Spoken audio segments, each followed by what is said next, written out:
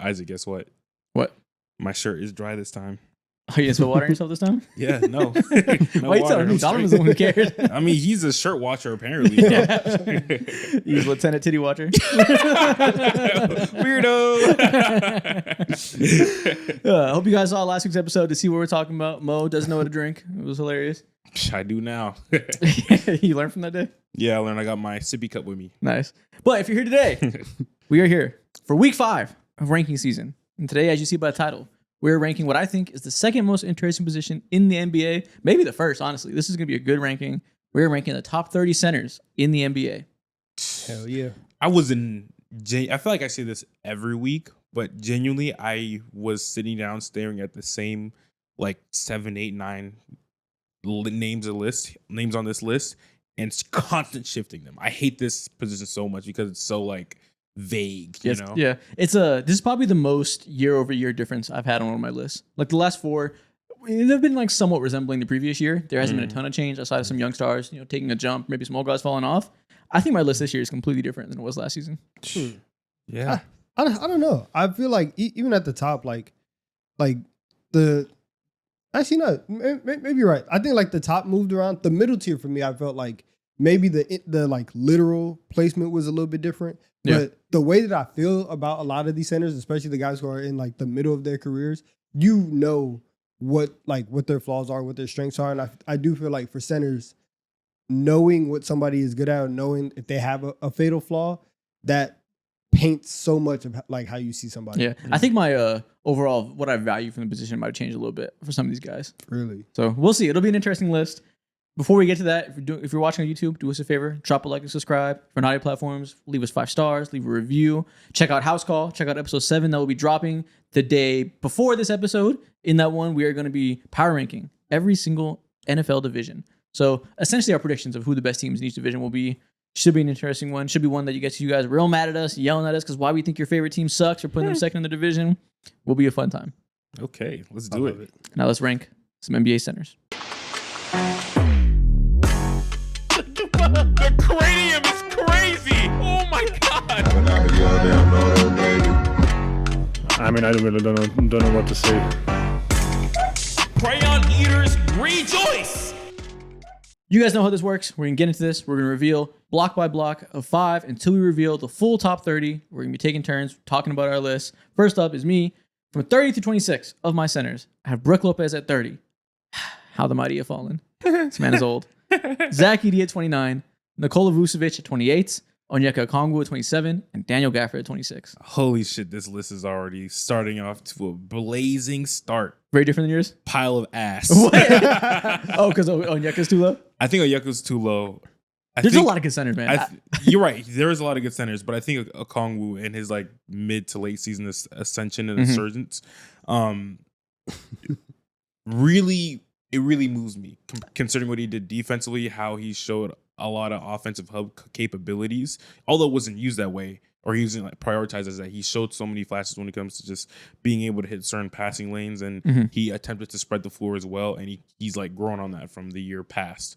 So I think he should be higher. I don't hate Onyeka at all. I'm not low on him. I just think this next, honestly, the top 23 centers, I just really like a lot. So the next tier is just guys that I think have maybe a little more traditional of a floor that I feel like makes them more portable to every team, like basically they're bigger rim protectors or they're better lob threats, stuff like that I think I value a little more than the like, I don't even know how you call it with Onyeka. There's unique skill sets he has that aren't nothing, but you need to be like really maximize those with the system. Like you said, the hub stuff, you got to go out of your way to make that valuable. You got to use him in a switchable way to make the perimeter defense valuable since he's not going to be the biggest rim protector. All the stuff that I lean slightly like towards Gafford, who Onyeka is much better defensively than Gafford, but I think the play finishing of Gafford, just being a traditional roll man, is super valuable. But he's outside defense though.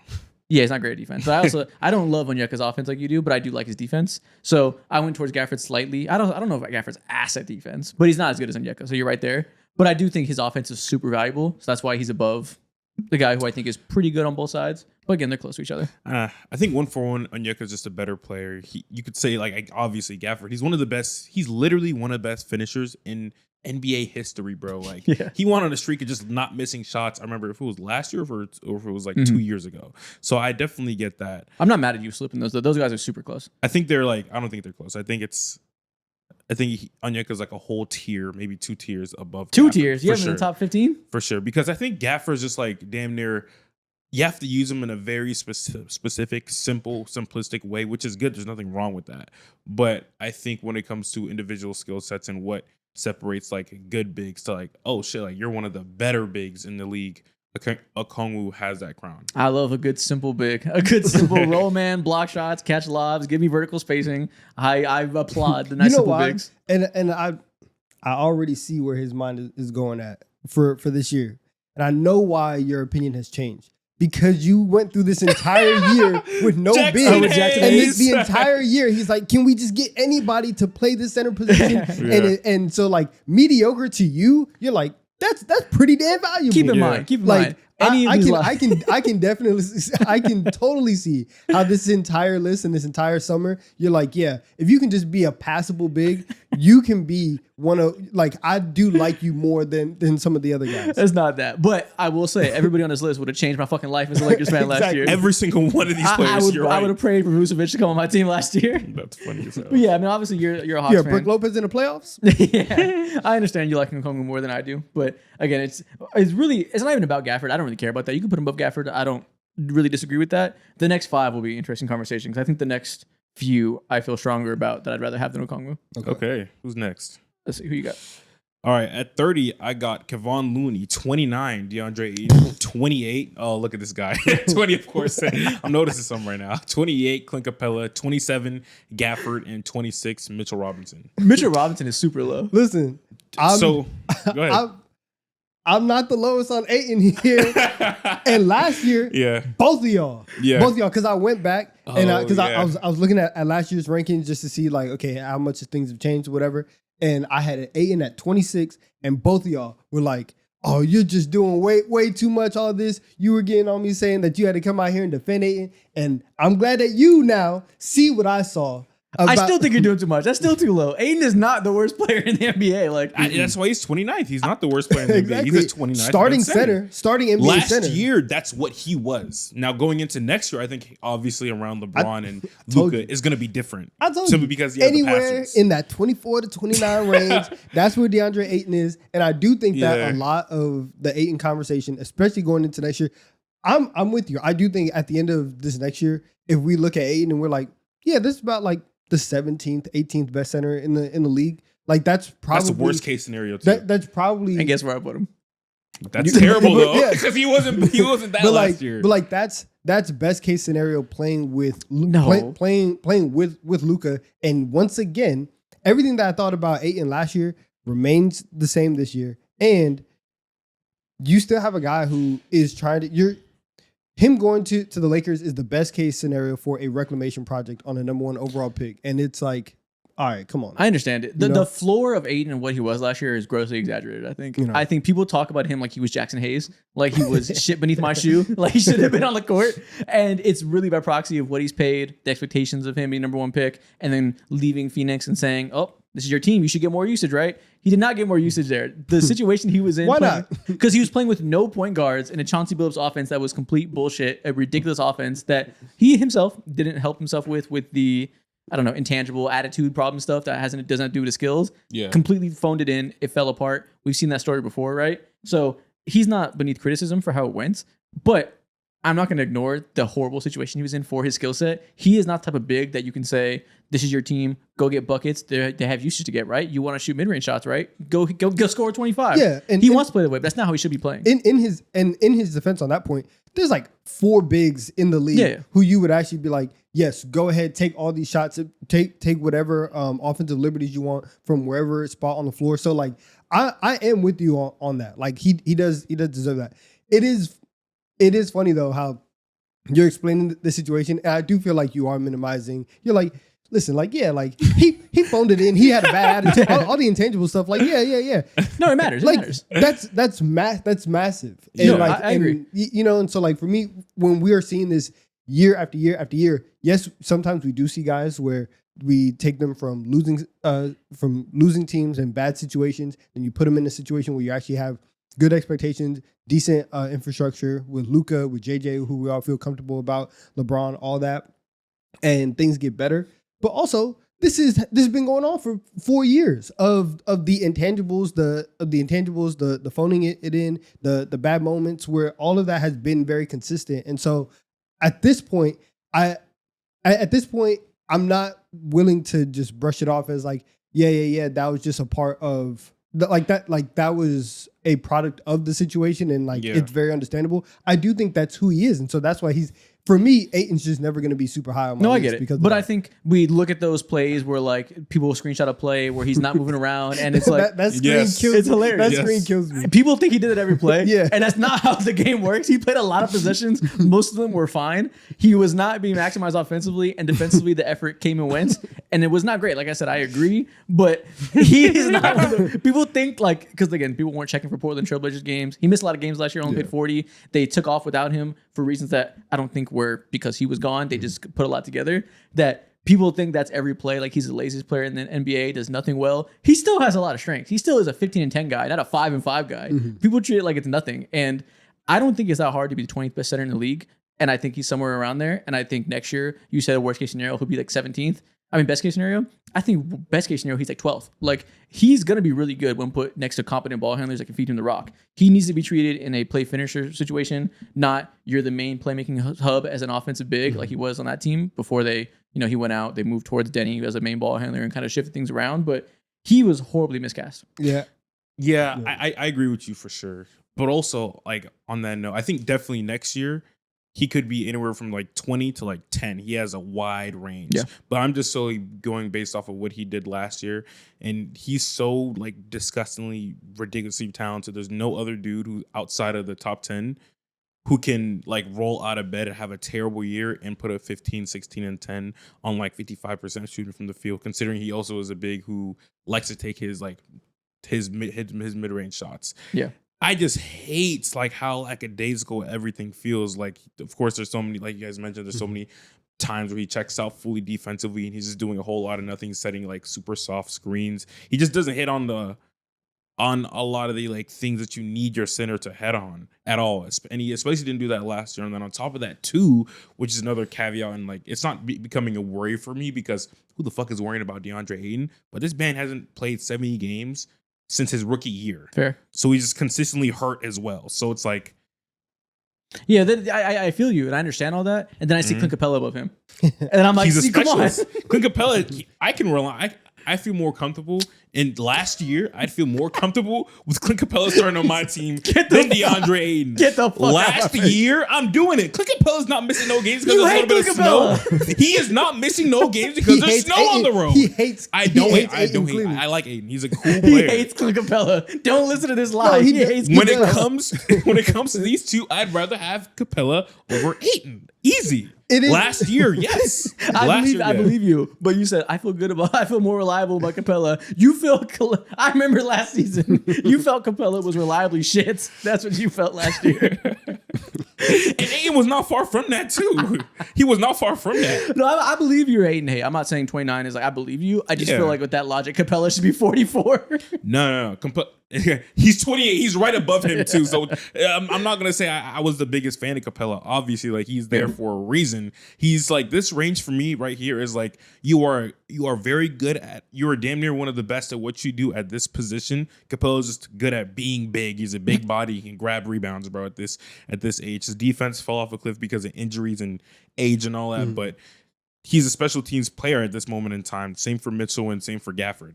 Okay. No, I feel I'm gonna go down with the ship as an Ayton apologist. I'm just gonna until the day he retires. I'm gonna be like, I promise you, it's not his fault fully. So I understand that I'm gonna be outlier and still believing He's in going him. to be screaming by game 40, get this Bohemian off of my team.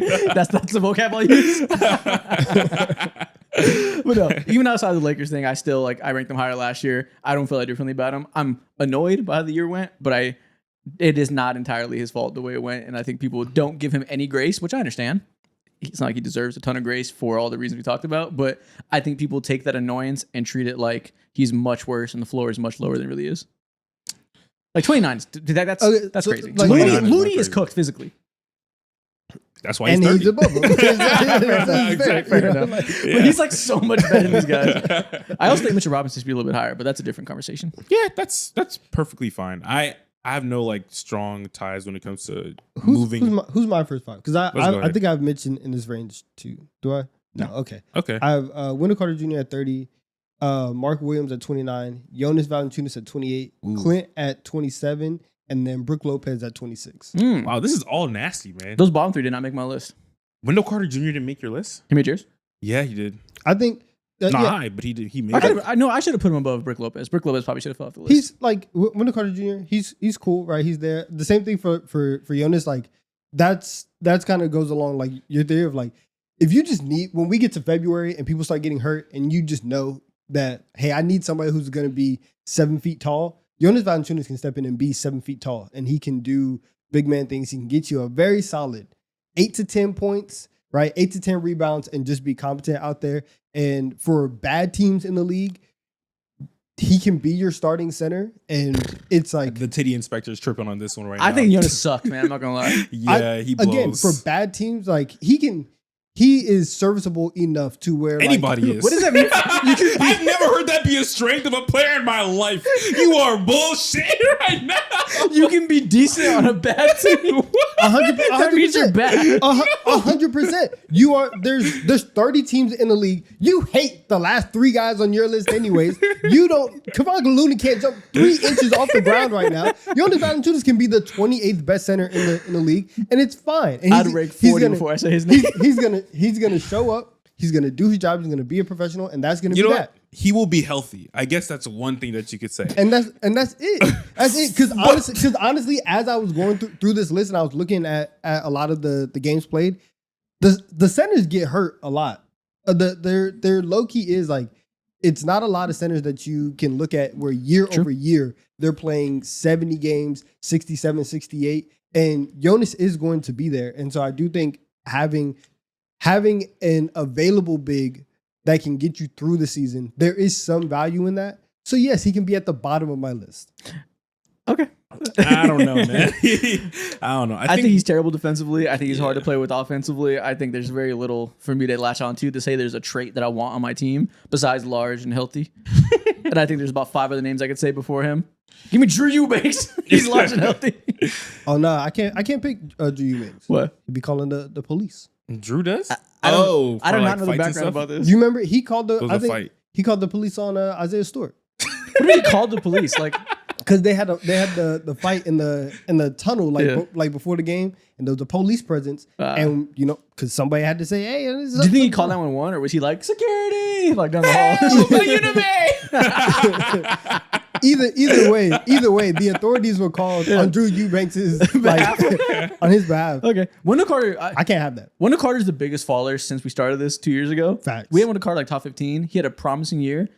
Since Paolo Banchero came in these doors and touches have gone more towards him over the years, every year Wendell Carter is just more and more minimized. That he has not shined to me a single time these past 2 years. He's gone down from 15 points per game 2 years ago. Again, I'm just doing points per game, which is very, Yeah. rudimentary. I But was shocked when I looked at his page. There was a lot of then 11 last year and 9 this year. And effective field goal percentage went down to 49%, which for a 6'11 center that doesn't shoot, that's egregious.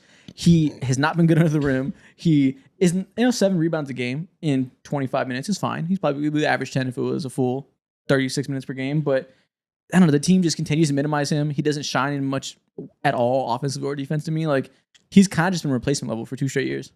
Yeah. Like, 30. Shout out- 30 is a good spot. Yeah. shout out to the Magic for having like one of the better center rotations that any team could say. They have him, they have Mo Wagner, Gogo Badatse, and I guess Jonathan Isaac, if you want to count him as that as well. You're right, he does feel very replaceable. He's higher though, especially compared to like Jonas Valanciunas and I guess Mark Williams too, because he does have like yesterday he's had moments. He is better than Jonas. Not yesterday, but Jonas's last year placement is placement is so accurate though. it's Because No, it's not. I promise you, because Jonas is the backup to who? Nikola Jokic. Jokic. Jokic is at 1. He's the backup. He's right there at like 28 through 31. That's what I'm saying. If you have the backup for the best player in the league, that's the gap. It is perfectly fine to be in this range. I just don't. It think is so. okay. It's not. I mean, really. again, the names you put below him. It's So okay. That's the issue. like, who'd you Don't get leave me off? wrong. You're looking at here. Who'd you leave off? I don't even remember who my first Is cut Gaffer was. on your list? Yeah. Is Edie on your list? No, Edie's not. See, he's so much better than Valanciunas. He's not. I have some concerns with Edie. Oh, playoff PTSD, him getting cooked off the dribble by John Morant. Playoff PTSD, already hurt for next season. Yeah. I'm very nervous. Came into last year with the ankle thing, Yeah. and it's like, we've seen it time and time again with guys who are 7'4", 7'5", all that, and so it is kind of scary seeing the concerns that are going to be there manifest themselves so early in his Yeah. career. So Yeah. it's like, He barely made my list, even though I love Edie. And I do think he's low underrated, especially after the playoffs, where people treated his worst case scenario where he was getting cooked as like, oh, that must be what you're doing every game. It's kind of like the NFL QB discourse where people see you in the playoffs and forget Yeah. about the regular season. Mhm. Edie did a lot of good in the regular season, especially in the second half. I think he was largely above average starting center. Yeah. But I agree with you in general that I don't know. I need to see him be able to hold his own in the playoffs against isolations when he's picked on to that degree. See, what you said just now directly applies to someone like Wendell Carter Jr. because he had a good playoff series against the Boston Celtics, and even like towards the back half of the year, he was generally like much better, much more aggressive and assertive as well. Again, I'm not like shaming you for putting him at 30, but he for sure is better than Jonas Valanciunas, like bare minimum. Yeah, I could have put Wendell Carter up to 28. I could put him above Vucevic, but I know Vucevic is hard to rank just because like he does have some offensive strengths. I don't want him anywhere near my team, but he is talented in some ways, and he's existed on good defenses before, so he's not like a total anchor that's impossible to play with. But again, I don't want him on my team at all, so I put him 28, but it's probably a little low. if I I think that's if I for asked sure you low. right now what Wendell Carter Jr. shot from 3 last year, what would you say? It wasn't 12. good. It was like what he shot from 3 percentage wise, Mhm. like probably 28. How many attempts 30. was it? Low. On 150 attempts, I'm guessing he shot 17%.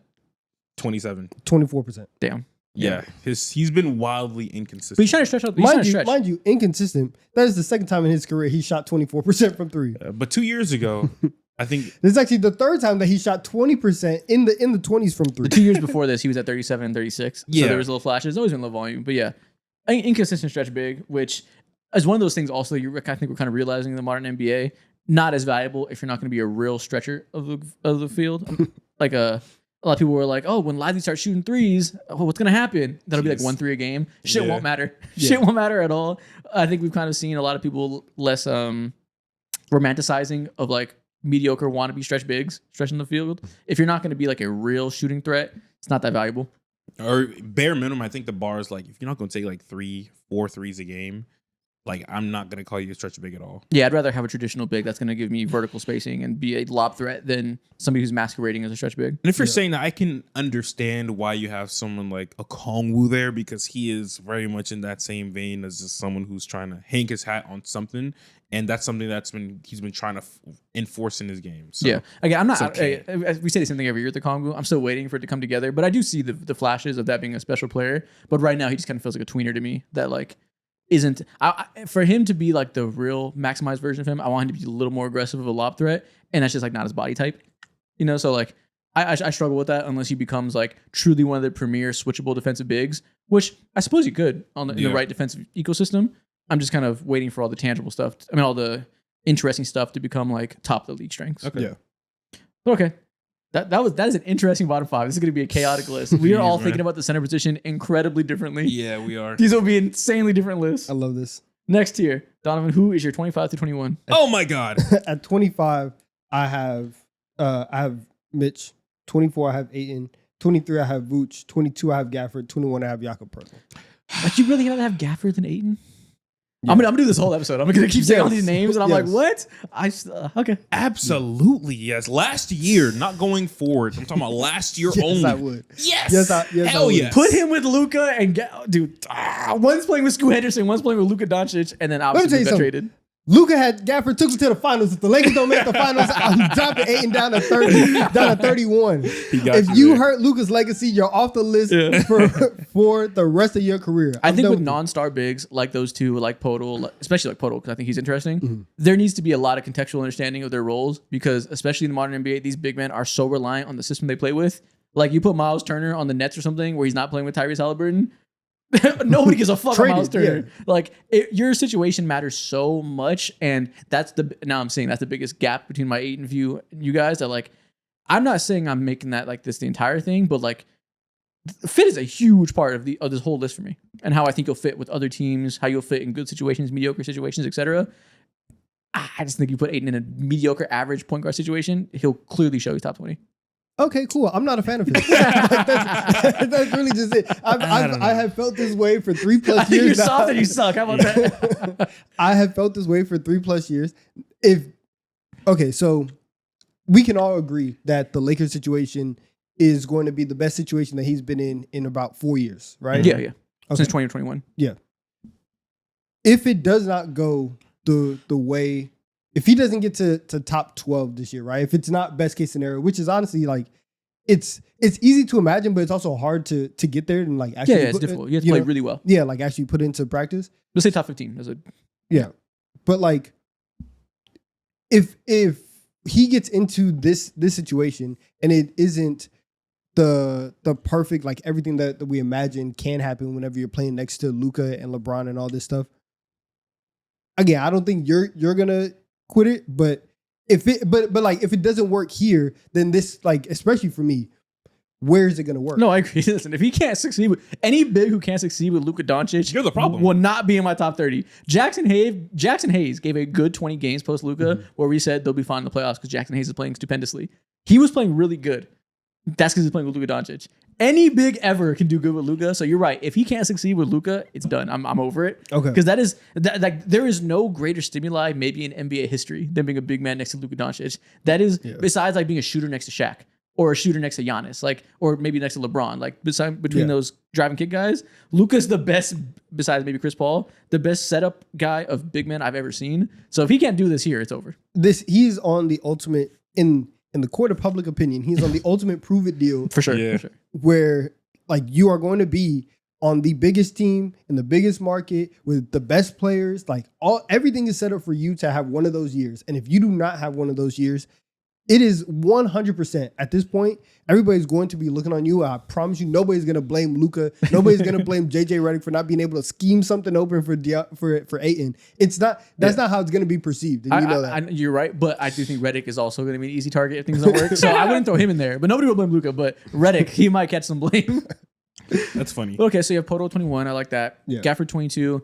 Back to what Mo said earlier, and I put him higher than Onyeka. Not good enough defensively for me to put him quite this high. Like I'd rather have Mitchell Robinson, but he brings an interesting conversation that I think we'll get to on this tier of my list, where he can't play big minutes. Mitch? Yeah, That's why I have him low. I agree. But there's Yeah. there's like 3 bigs on this list that we'll get to that are like short burst demons, and I think I value that pretty high, a little more than you do. Is Time Lord on your list? No. But he would be a Yeah. couple years ago, but he's Yeah. he's too cooked.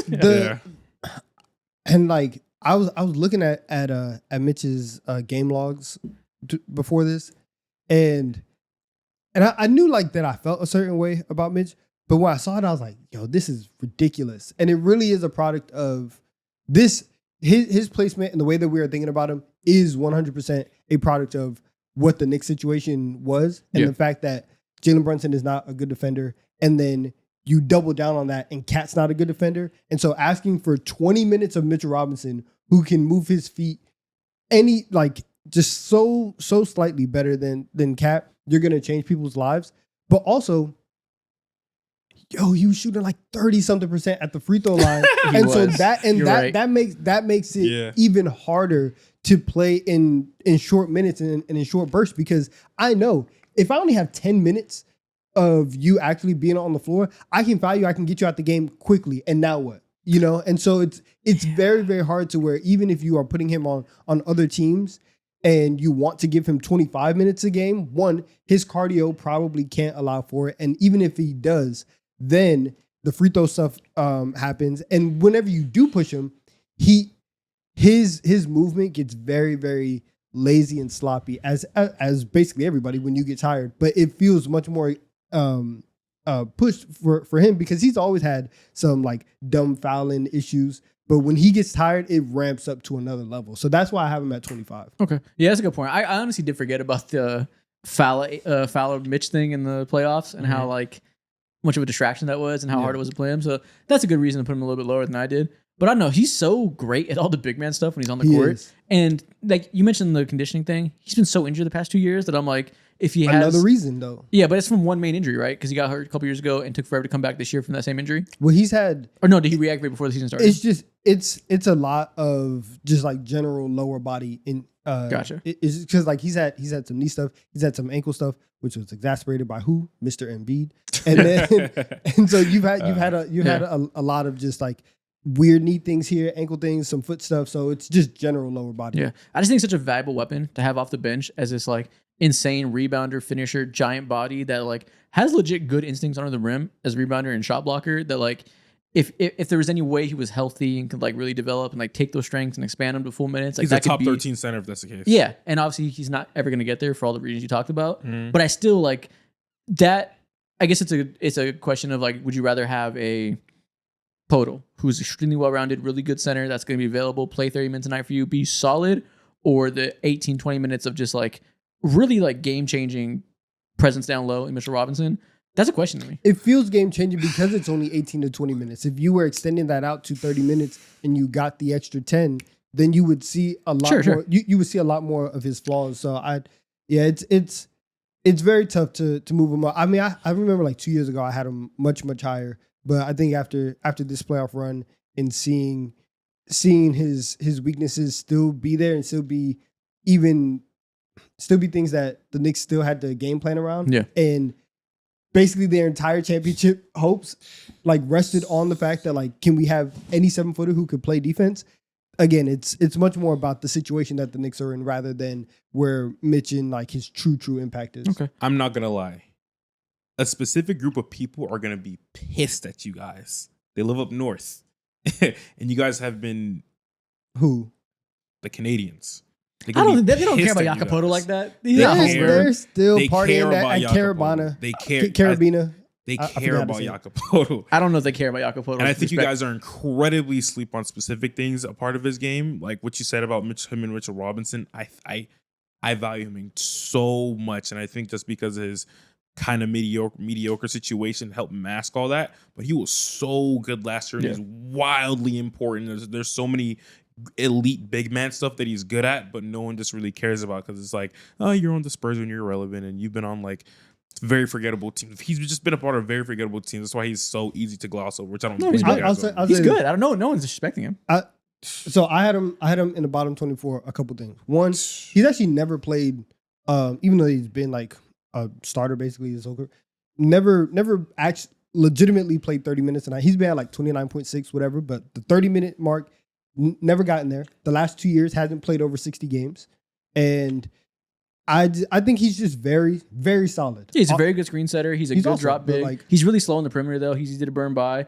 He's not like good at on guarding up on ball handlers. His drop, if he plays too low and doesn't have a good point of attack defender to fire over the screens, can be easily exploited. But I think he's a good rebounder. He's a good screen setter. Very good fundamental drop big in that way. Yeah, I think another thing that's like very important about him that you're missing out on too. I think when it comes to big small guys being able to abuse him, that may be a little bit exasperated. Genuinely, I think he's a better defensive anchor than you're giving him credit for. And then also when it comes to how he's setting screens and how he's able to. There's only like maybe 3 or 4 bigs in the entire league who's able to use their non-spacing ability as an advantage. Because of their passing chops too. And Jakob Poeltl genuinely is one of the 10 best bigs at that in the entire league. No, he's good for sure on offense. I think I don't necessarily mean small guys isolating him. I think he's really bad at guarding stretch bigs on the perimeter. I think if you have someone come out and defend a pop, he's pretty easy to get in rotation and blow by in that way, just because he's a little slow-footed. But again, I have him higher a little bit. I also like Jakob Poeltl, so I'm not here to argue against him. I don't feel ashamed for not putting him top 15 or whatever. I think the guys above him is like when things are going right. I think the upside for the guys above him is a little bit higher than with Podol. Yeah. No, but he's good though. Okay, who's your 25, 21? 25, special teams player section. I got Steven Adams. 24, Brooke Lopez. Next tier, next system, we have like a ton of young guys who are really good, but can't necessarily figure things out just yet for whatever reason. 23, Nick Claxton. He is the definition of that. 22, Wendell Carter Jr. and 21, Jalen Duren. Okay, dude, our lists are so different. This is I've crazy. Claxton wildly much different.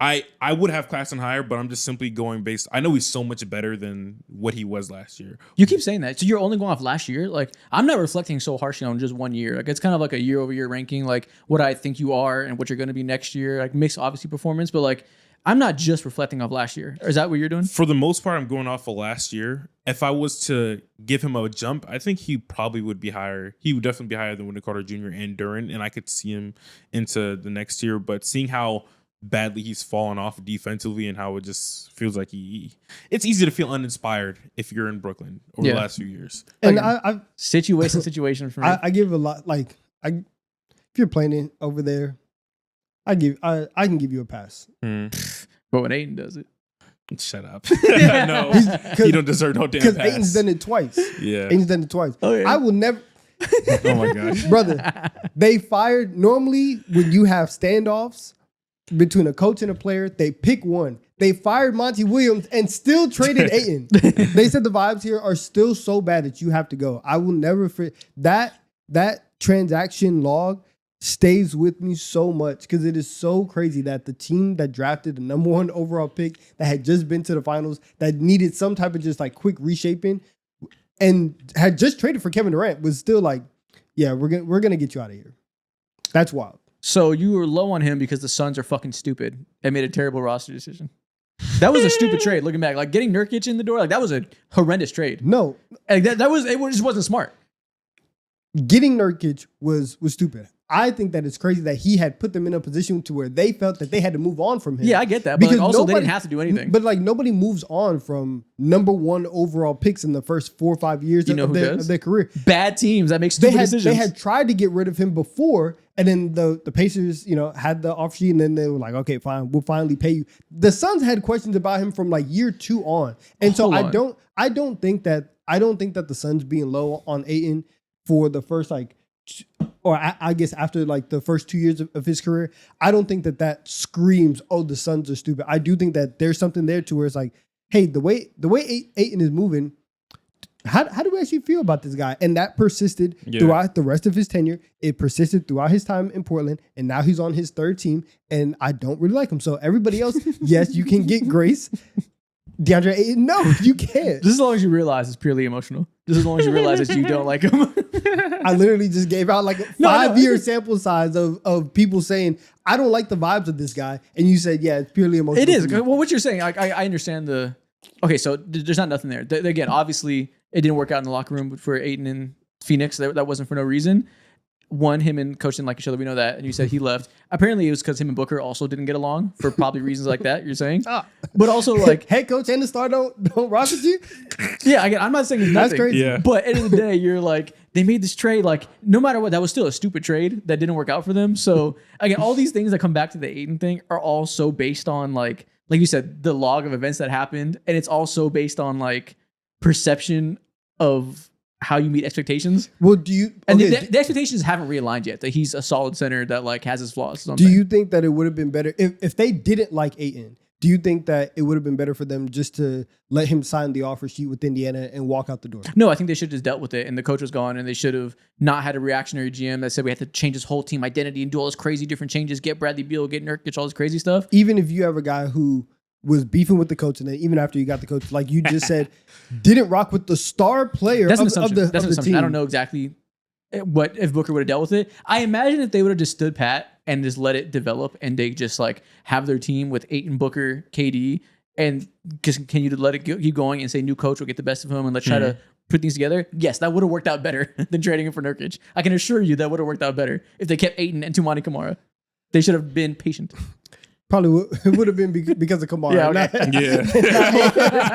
Exactly. Don't he would have changed their defense. That Kamara would have changed the line. First, I brought him up. You didn't, so I threw it in there. But I think yes, they should have been patient. And that again, I'm not saying Ayton is without flaws or anything Mhm. you're saying is incorrect, but I think it's all exasperated by the way it went and the way the expectations haven't realigned.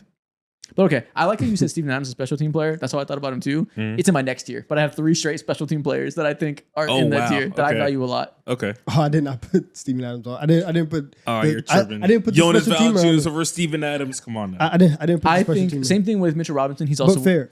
Mitchell Robinson is Mitch is the other special teams player, one of them. Yeah. I just think that center is a position of like you need a rotation of bigs, and having one of these premier special team players is so valuable to me. Mm-hmm. I agree with you. Okay, next tier, I have Isaiah Stewart at 25. I don't know if y'all ranked him or not. Isaiah Stewart is fantastic. I wanted to so bad. I wanted to so bad. He's incredible. He's not incredible. Relax, but he's really good.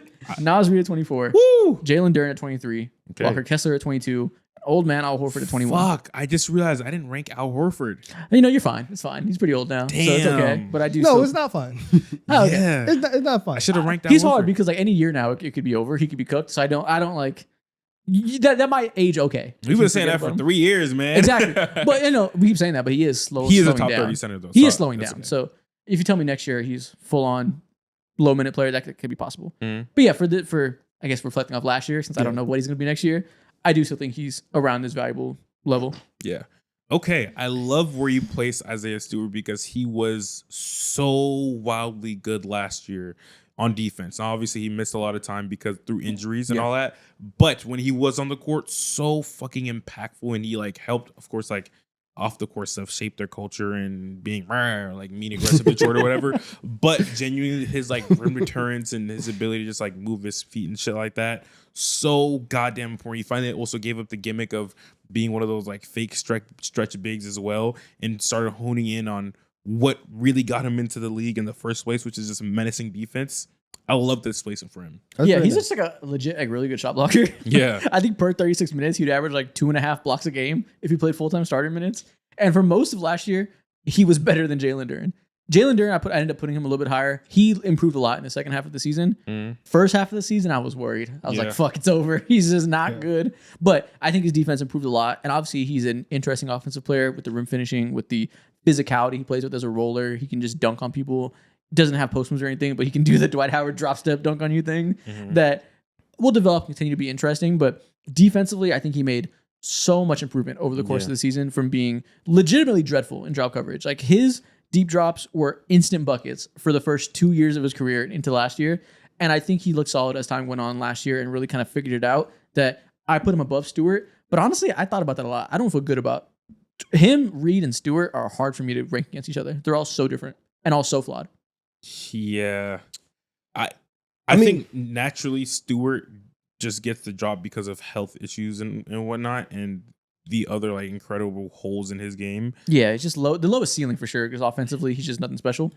Yeah. But Nas Reed is like obviously like the shooter, the interesting bucket getter, but like defensively at times there's some warts that show up that I He's struggle like to rank him. he's the poster boy of what you hate when it comes to like your prototypical players. Yeah, he's like more interesting as a power forward. So I think like on the centers list it's kind of hard, but I mean there's versatility there. He can play both, so that is I guess a plus to his game.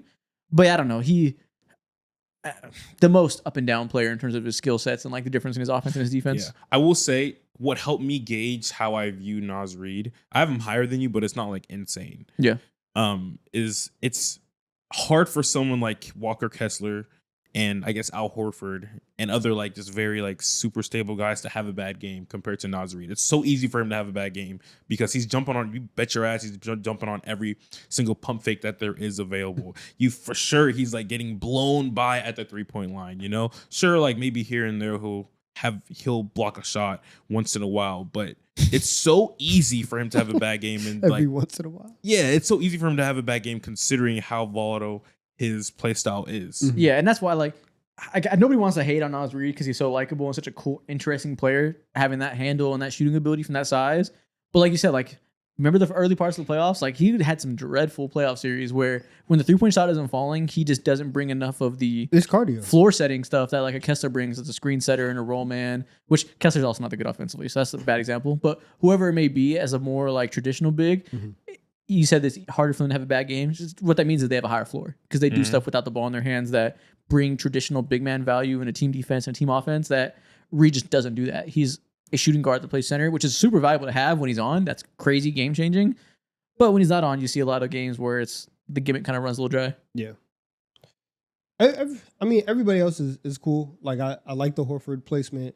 Kessler, I mean, I have Kessler just a little bit higher. I think for him also is like, for a lot of these bigs, if we can get you into a decent situation, Exactly. we can really show, you know, what you're good at. And the Jazz they've been playing, you know, fake basketball for the last year and a half. So they're at the peak end of, we got to get you out of here. We got to free Kessler. Yeah. It's like, there's really not much like this in the sport I can think of that, like, if you're a roll man traditional center and you're not playing with a good point guard that can pass, like, it's impossible for you to get your game off. You can't just like do it yourself and figure it out and just like get it out the mud and just figure out how to get buckets. Like, you need to be set up. And I think the fact that he has the reputation he has, despite playing with the guards he's played with, says a lot. I agree. If he could go to a team that has, like, if he could play with Tyrese Halliburton, Jesus Christ, he would be incredible. Top 10. Yeah. It's similar. I feel like the center position is so, you're right. I agree with you when it comes to how dependent they are on what's going on around them. It almost feels like, so when I think about centers and how I compare them to one another, I feel like my mind starts to go into like football mode, and it's super comparable to how a lot of quarterbacks and shit, shout out to House Call, like they can not fall off, but they won't have the year that they're supposed to have based off of the O-line being a fucking ass, or their fucking backs or other blockers and shit like that. Just like not being what they're supposed to be, you know? So yeah, it's like a tight end that doesn't have a QB to throw it to him. He just out there just blocking, not catching the ball. Been watching film. about House Call, tap in. But yeah, you know, a roll man center is definitely like a wide receiver or tight end that needs to get the ball thrown to them. Yeah. Right. Okay. But also, to that end, on the other end, they're not defensively. And Exactly. Kessler is fantastic defensively and isn't reliant on anything. And that's why he's higher than Gafford. I agree. Okay. Next tier, Mo, who is your 20 through 16? So at 20, I have Onyeka Okongwu. 19, Nikola Vucevic, 40% three-point shooter last year. Nice. Walker Kessler, 18, 17, Naz Reid, and 16, I have Derek Lively. Vucevic was really good last year. I will say he had a bounce really back year. And if you're gonna say, like, if you're gonna be one of those bigs that shoots, you actually got to lean into it and do it. That motherfucker was doing it last year. We was doing it last year. It was much better than the year before. Now, do I think 19? No, but he did play much better last year than he did the year prior. So Yeah. I can see like where his rep bumps up. Yeah, if you want to respect the skill set, cool. That's fine. A little too high for me, but I do understand it. It's kind of like those things like whenever we are like lower than consensus on Sabonis, just because like the skills are there, but you know it's hard to play that way. So that's why I put Vucevic so low for similar like standards. But okay. Yeah, if I was doing it from your perspective in terms of who would I rather have on my team, he's not going to be 19. He's going to be towards the back half of that list. He's going to be towards like 25, 20 or so. I guess why he's 19 right now as we speak. So yeah, I don't feel bad about this ranking at all. He might be 20. That's why he's 19. He's making a list where you have the freedom to say, yeah, he's probably going to be about 25 on that list. And it doesn't put him at 25. No, I said that if I had the mindset of Isaac when it comes to, do I want this player on my team? I'm just basing this right now off of how you performed last year. Okay. But pretty yeah, much. everybody else is cool. It makes sense. I think, the only person that I think is too high is Vooch, but everybody else I can see being in this range. I feel like Vucevic, naturally, if you're a part of the Chicago Bulls, like no one's gonna think of you highly unless you're a young player like Modest or I guess Kobe White or whatever. For a whole lot of reasons. Because your best player is Vucevic. And that's the ecosystem you're in. Yeah, and he's not supposed to be the best player. He shouldn't be that at all. Yeah. But knowing what he was able to do last year. Yeah, it's not his fault he's important at work. That's not on him. Yeah, exactly. And knowing what he was able to do last year, having one of the better years over the last few years of his career specifically, very serviceable. He would make so many teams so much better because he has a hat to hang on one end, which is offense. That's the part I don't know if I agree with. I don't know if we make a lot of good teams better or not. That's the part that's difficult. He didn't say a lot of good teams Yeah, I better. He didn't just said say- a lot of teams. So it's Yeah. a Jonas Valanciunas thing where he'd make a shit team better. There He you would go. make them better. Stupendous. He would make Which team would make better? I don't know, the but Washington Wizards. Okay. teams Sure. teams that are 24th You know in who the was a power forward center? rankings. Jonas Valanciunas. Trying to tell you, those are real teams too. They deserve All teams matter. All teams all matter. teams matter. They deserve some placement. They deserve some placement for their theoretical center that would make them better. You know, No, but he definitely would make. I think he would have made Atlanta better last year. He would have made the Orlando Magic better last year. He would have made the Utah Jazz better. Of course, the Wizards. He would have made the Lakers better. Okay, naming like tanking teams doesn't count. He would have made Magic the isn't- Lakers better for Magic, sure. I was joking about that earlier. I don't think he'd make the Lakers better. Yeah. But Magic is interesting. I mean, they need spacing, but like they're so good defensively, and he'd hurt that. Like, I don't know. They're so good defensively. They need to give some up, man. I know they do. They need to be give balanced. something up. Yeah, exactly. But okay, obviously this is like. would he have made the Suns better? Yes. What the fuck? Yes, they had Nick Richardson. Richards, yeah. I guess. I don't know. Right. What a disgusting conversation. Yeah. Okay, so this tier is basically my previous tier. So this is like I'm starting to see where we differed. Mm. We basically just flipped these entire tiers. So I think Okay. mine is going to be your previous tier This or is crazy. even below. Donovan, who you got? At 20, I have Jalen Duren. 19, I have Al Horford. 18, I have Okongwu. 17, I have Kessler, and at 16, I have Porzingis. Porzingis is so hard to rank, man. Very It's hard. it's tough. It's not even just the injury thing. He wasn't as good last year in a lot of tangible ways. But then it's also the injury stuff Yeah. and obviously, that really scared us. Not knowing what he has is very wild, and the fact that the last two like major injuries or ailments have been things that doctors are like, hey, call up 10 other doctors because we've never seen this before, and this is about to be a case study. Like they're gonna teach classes on Porzingis in 10, 15 years after the research is done. Yeah. And that makes me feel very, very weird. And so when you add that, which is honestly very consistent throughout his career, you add that to the drop in play last year, I do think that the idea of Porzingis is very, very good. But even in the year that they won the chip, Yeah. they went through the entire playoffs without him. Yeah. And last year it was on again, off again. He was basically unplayable in the playoff series against the Knicks. Like when he's there, are you going to be getting the version of Kristaps that was playing 2.5 years ago in Washington, where that was a legitimate, good, reliable player who was awesome? I don't know if you're going to get that. Well, even the Celtics, the first championship year, he was great. He was better than that year, actually. Like, he got hurt in the playoffs and they won without him. Yeah. That's just a testament because the team was fucking all time. So they could succeed without him. But in the regular season, he was dominant. Like, when he was there versus when he was off, was the difference between being a regular, really good one seed and one of the best teams we've ever seen in the modern Yes. NBA. So he was incredibly important. And that's why I think last year we gave him credit for that. I didn't ding him for being injured a lot. But this year, he was just like slightly worse in every way, except shooting threes. He had the best 3-point shooting year of his career, and that kept him afloat. Thank God. Because he shot 41% from three, which is obviously great. If you can do that, do it. It helps a lot. But everywhere else, he shot 5% worse at the rim, 2% worse from floater range, 15% worse on long mid-range jumpers. Overall, for mid-range, 5% less. Like, he was just slightly worse, slightly less mobile, has slightly less touch inside, slightly less capability of blowing by people, slightly less capabilities of attacking small guys. Like, everything just slowed down a little bit last year from, I'm assuming, the injuries or maybe just bad shooting touch for a year, whatever it may be.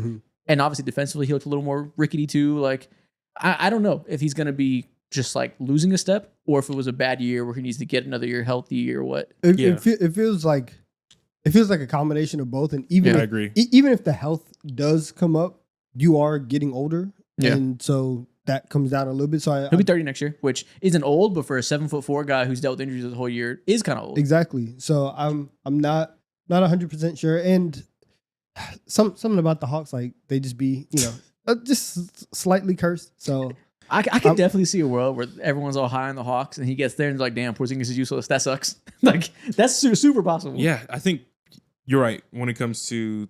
I could see a world like that happening, but also I can on top of that too. I could also see where you said Porzingis he's what 30. His 30 can feel like 35 because of all the injuries just like stacking on top of each other. He had some undisclosed illness or whatever was going on last year. But again, the reason why he's still like this high is because he has superstar game breaking traits to his game, which is the ability to block shots, to be a really good defender on that end, and also be a sniper. One of the 3 best big man shooters that the game has to offer. And so with again, you can also think of him as like a special teams type player. Now, what makes it sound crazy is that he's not there when you need him to be special, but he's shown over the last 2 years that he can be like a genuine issue and and game-breaking that's things. fair. I think that like out of whatever tier that we're starting to put like special team centers in, he's the highest because Exactly. he's the other guys are special teams players because that's just the role that they can fill right now. Yep. He's the most talented out of that group. And so like obviously like the injuries have played a part into it. But if you need to scale up with him and ask him to do a little bit more, if he is playing at that time, he's capable of doing that. Steven Adams cannot go out and get you 15 points if need be off of straight, buckets or bag work or threes. If the ball's not coming off the rim, Steven Adams is not gonna score. Well, the ball comes off the rim every play, damn near. So that's just it's pretty reliable. But I see what you're saying. Interesting we're having this conversation because this is where my special teams list comes up, and Porzingis is the third player in my special teams tier. At 20, I have Jakob Poeltl. Now at the special teams tier. At 19, I had Mitchell Robinson. 18, Steven Adams. 17, Porzingis. Those are 3 special teamers, and that's the clear order for me that those 3 guys belong in. And then 8 and at 16. There's no way you believe Aiden's genuinely at 16, man. There's no way. I'm not reflecting off of just last year. Like, I don't think it's useful to do a 1-year sample size in this. But I mean, but I think fair. Give you 4 years. I think it kind of is useful to gain. I think he's better than Poeltl. I don't think he's better than Poeltl last year. I think Poeltl is a cute role player that became really good. And I think he's good. So you view him through the lens of like, look at this cool stuff he does. He's such a good screen setter. He's so good as a rebounder. All this fundamental good stuff. And then Aiden, you're like, you should be a star. Oh, you're a good screen setter. Oh, he's not a good screen setter, but you're a good rebounder. You're a good dump off man. Pfft, you should be doing more. And we view him of what he can't do versus some other guys like a Poeltl or who else is on these tiers, like a Kessler who you have there that we ignored that he's bad offensively because he's lower standards. We don't expect him to be a superstar. So we say, look at him. He's such a good young rim protector. Where Aiden, we only focus on the negatives and not the positives, where he legitimately has as many good things as Poeltl does. Aiden also does many good things. You can quibble. See where we have to stop is that he doesn't do the fundamental things really well at all. I think that is grossly exaggerated. He is not out here not grabbing rebounds, not setting screens, out here lackadaisical laying on the floor. You treat it like he's not playing real basketball when the lowlights are there. But most of the time, he is a normal basketball player that isn't the strongest at all these things. Like screen setting is the one I find the most annoyance with, that I think will be the biggest issue with the Lakers. He's a weak ass screen setter. That's always been his game. I hope he gets better at that with better coaching. He won't. But he wants to slip. That's that type of screen setter he is. That's 2 types of bigs. Some want to screen set hard and give the guards open. Some want to slip so they can get the outlet pass for a bucket. He's a slipper. If that's what you mean, sure. But I don't think he's out here never playing defense. It's not like he's out here a cone every play. Like that's not his actual game whatsoever. I think if Jakob Poeltl was on the Lakers or even the Portland Trailblazers last year or this year, he's making those teams better compared to what the ceiling, not the ceiling of Aiden, but the actuality of Aiden, genuinely. Because I think he's much better. He's a much better defender. The passing chops are definitely like underrated when it comes to talking about his game. The screen setting and also the lob catching that he'll be able to. Aiden's a better lob catcher. Absolutely. He's a better lob catcher. But just a good roll man. He's a good roll man. Not necessarily lob catching, but he's a good roll man. You're right. Yeah, exactly. And that's a very important aspect that helps make changes. And when you consider all those things, he's a better player. I don't think he's gonna be a better defender next year whatsoever. Again, absolutely he is. I will bet money that he's gonna be a better defender. Who the fuck do you think Poeltl is? I will bet money that Poeltl is a regular drop big. He's a good drop big. He is not mobile in the perimeter. He is not changing the game. He is attackable in a playoff setting by elite guards. He's attackable by stretch bigs. I've seen for years now, especially because I remember this specifically because Cat dropped 60 on him. Every time Cat sees him, Cat fucking feasts because Cat is a stretch big that can attack off the dribble. Yeah, that's because his ass be out of breath. That's why. He'd be running up there. That's why. Poeltl is regular. He's good, but he's regular. I'm not going to sit here and act like that's an unachievable bar for DeAndre Ayton. And you said last year he'd make the Trailblazers better in that scenario. I fucking doubt it. Everything you're talking about that Poeltl does well as a roll man and stuff, is Scoot going to throw him the ball? Is Simons throwing him the ball? The situation was dreadful for bigs. None of their bigs were good offensively because the situation did not allow their bigs to be good offensively. And I think put them in whatever situation you want. If you want to pick Poeltl over Aiden because you don't want the headache of the personality side, cool, I understand that. That matters clearly. and it probably matters more than I'm giving it credit for. But in terms of their abilities, I do not think Podol's when in a it comes different to class the than DeAndre nuance, Ayton. when it comes to the nuanced things, I think Podol would have been better over there in Portland because he would have helped his guard so much, considering how good of a screen setter he is and how well he would help navigate and make passing lanes clear. Ayton doesn't do that shit at all. Yeah, bro. that is a strength. That is a strength he has better than Ayton. I agree that is something he does better. I'm not saying Ayton's better at every skill set ever. That is a clear strength he has. But that's why I'm like, It's I one think of the he would best screen 100% setters make versus one of the weakest. Portland better. That's why I'm like, he would make that team better because I don't have to talk about the defense things, but the offense thing is like, it's clear where his value You're is. talking like Podol's fucking all defense level. I'm just talking about him compared to Ayton. That's all. I think the Ayton thing is purely narrative based. The Ayton thing is completely narrative based, where we assume he's a Purely? black hole. Purely in so far that we're into this level. Purely in so far that we're talking about him as being like a terrible defender. He is not a terrible defender whatsoever. That is just not true. He is not a bad defender. He is a flawed defender that doesn't give total intensity on the Trailblazers like he should. He has clear defensive strengths. He is not a bad post defender. He is not a bad drop big whatsoever. He can block shots. Like he's mobile, especially for his size. Like he is not a bad defender. We're acting like he's a fucking black hole. That is not true whatsoever. I'm not saying that. I am saying I can't wait for October. Go for it. Oh, I can't. It's gonna be cinema. Yo. That first, and it's not even October because we can go through the first 2 months of the season, and you're gonna go and you're gonna be like, you know what, like he's still figuring it out. I know. Let's get to January. He's gonna Let's- see how much Let's contact get to the doesn't trade want to deadline. have. Let's bro. get to the trade deadline, to the nitty gritty. When we're on a Tuesday in Milwaukee, Yeah. and you got to see Ayton play. Then also, that's when I want to see your opinion on Ayton. Again, I feel like I have a very clear opinion who Ayton is. He's a bad screen setter, which will annoy the fuck out of me. He will have his lapses off ball, which will annoy me. But he's a very good drop big for his standards, for the 16th best center. Not saying he's DPOY level. He's a good drop big who is mobile, can switch on the perimeter. He is not an easy cook when you get a guard on him, especially wings on him. You can, in JJ Redick's switching scheme, he can switch and he will be very good at that. I can assure you that. When he gets in these situations where he gets dump offs from Luka, he will average more points because he will be should. lob merchant with Luka. He has the mid-range ability. He is a good shooter. That is a tool to have when it's not your offense's main thing with him doing it because nobody can set up the easy stuff. When that can be a ceiling raiser whenever he's playing in bench units without Luka, that'll be valuable. There will be pros and cons, and I think it's more, my whole thing is more like the names below him. These 3 names below him, I think, or I guess I'll use your guys' list since they're different. Like Yeah. Kessler, not good offensively yet. Naz Reid, not good defensively. Vucevic, shit beneath my shoe defensively. Okongwu, tweener that I don't feel is ready to contribute in like playoff level basketball, but he's fine. But like maybe I don't want to shit on him, but doesn't have the clear strengths. I think your list: Porzingis, special teamer; Kessler, bad offense, same list basically. Duren, I gave him credit for being better in the defensively in the back half of the year. Aiden's a better defender than Duren. I don't know if that's a hot take. He is a better defender than Duren still. He wasn't last year. I don't know if that's It's true. hard. It's very true, but it's hard. It's hard to talk about it because it's such a short sample size for. Duren. Yeah, and he played So 40 it's hard games to last talk year about in this. which it was like a fallout with the team. So maybe, I don't know. That's hard to discuss just last year. This But again, is beautiful. do you think Ayton fell off last year physically? Like, no. If you felt like 2 years ago he was a better defender, then you should feel like he will be next year. Like, last year was a weird year. He didn't forget to play basketball. Mind you, this is the third Ayton discussion. I know. Every single tier we talk about Ayton. every time he's come up, we talked about it. He's the most polarizing player on this list. He is. Yeah. It is going to be honestly like in terms of all narrative, the Lakers are first team, top team, easy. Mhm. You got Ayton trying to prove that he's not trash.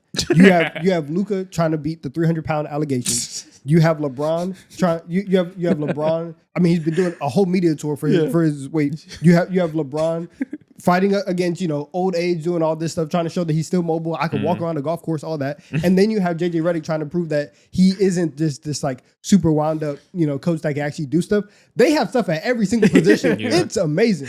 Yeah, and again, I was over it after Cinema. last time. I was over it until the Jakob Poeltl is so much better thing, and I was like, no, come on. Jakob Poeltl I so like much Jakob better. Poeltl a lot. We do not have to act like that's an unattainable marker for someone that's on the higher It's division. attainable. It's definitely attainable. I'm not saying it's Does he want to unattainable. attain it though? Yeah, exactly. That's the It's up to question. him. That's all the conversations It's go. not up I to hate him. this bullshit. Nobody's saying besides the screen setting thing, which is real, and the off-ball lapses get allowing cutters. Like, there's hardly any talk about Aiden's actual weaknesses and his skills. It's just like He's a bitch. He doesn't want it. And that's so annoying because there's real tangible ways to talk about his strengths and his weaknesses. He don't get to the line either, man. He be going weeks without a free throw, bruh. Yeah, and You know how that- disgusting that is? That's the part I'm talking about the offense because he gets no rim attempts given to him in that offense. It was all straight. You better No, ice him, it's not figure even it that. out. He's been that for his entire career. It's not even the Portland Trailblazers offense. You're underlying. You're definitely skipping over that and acting like it's not a true weakness.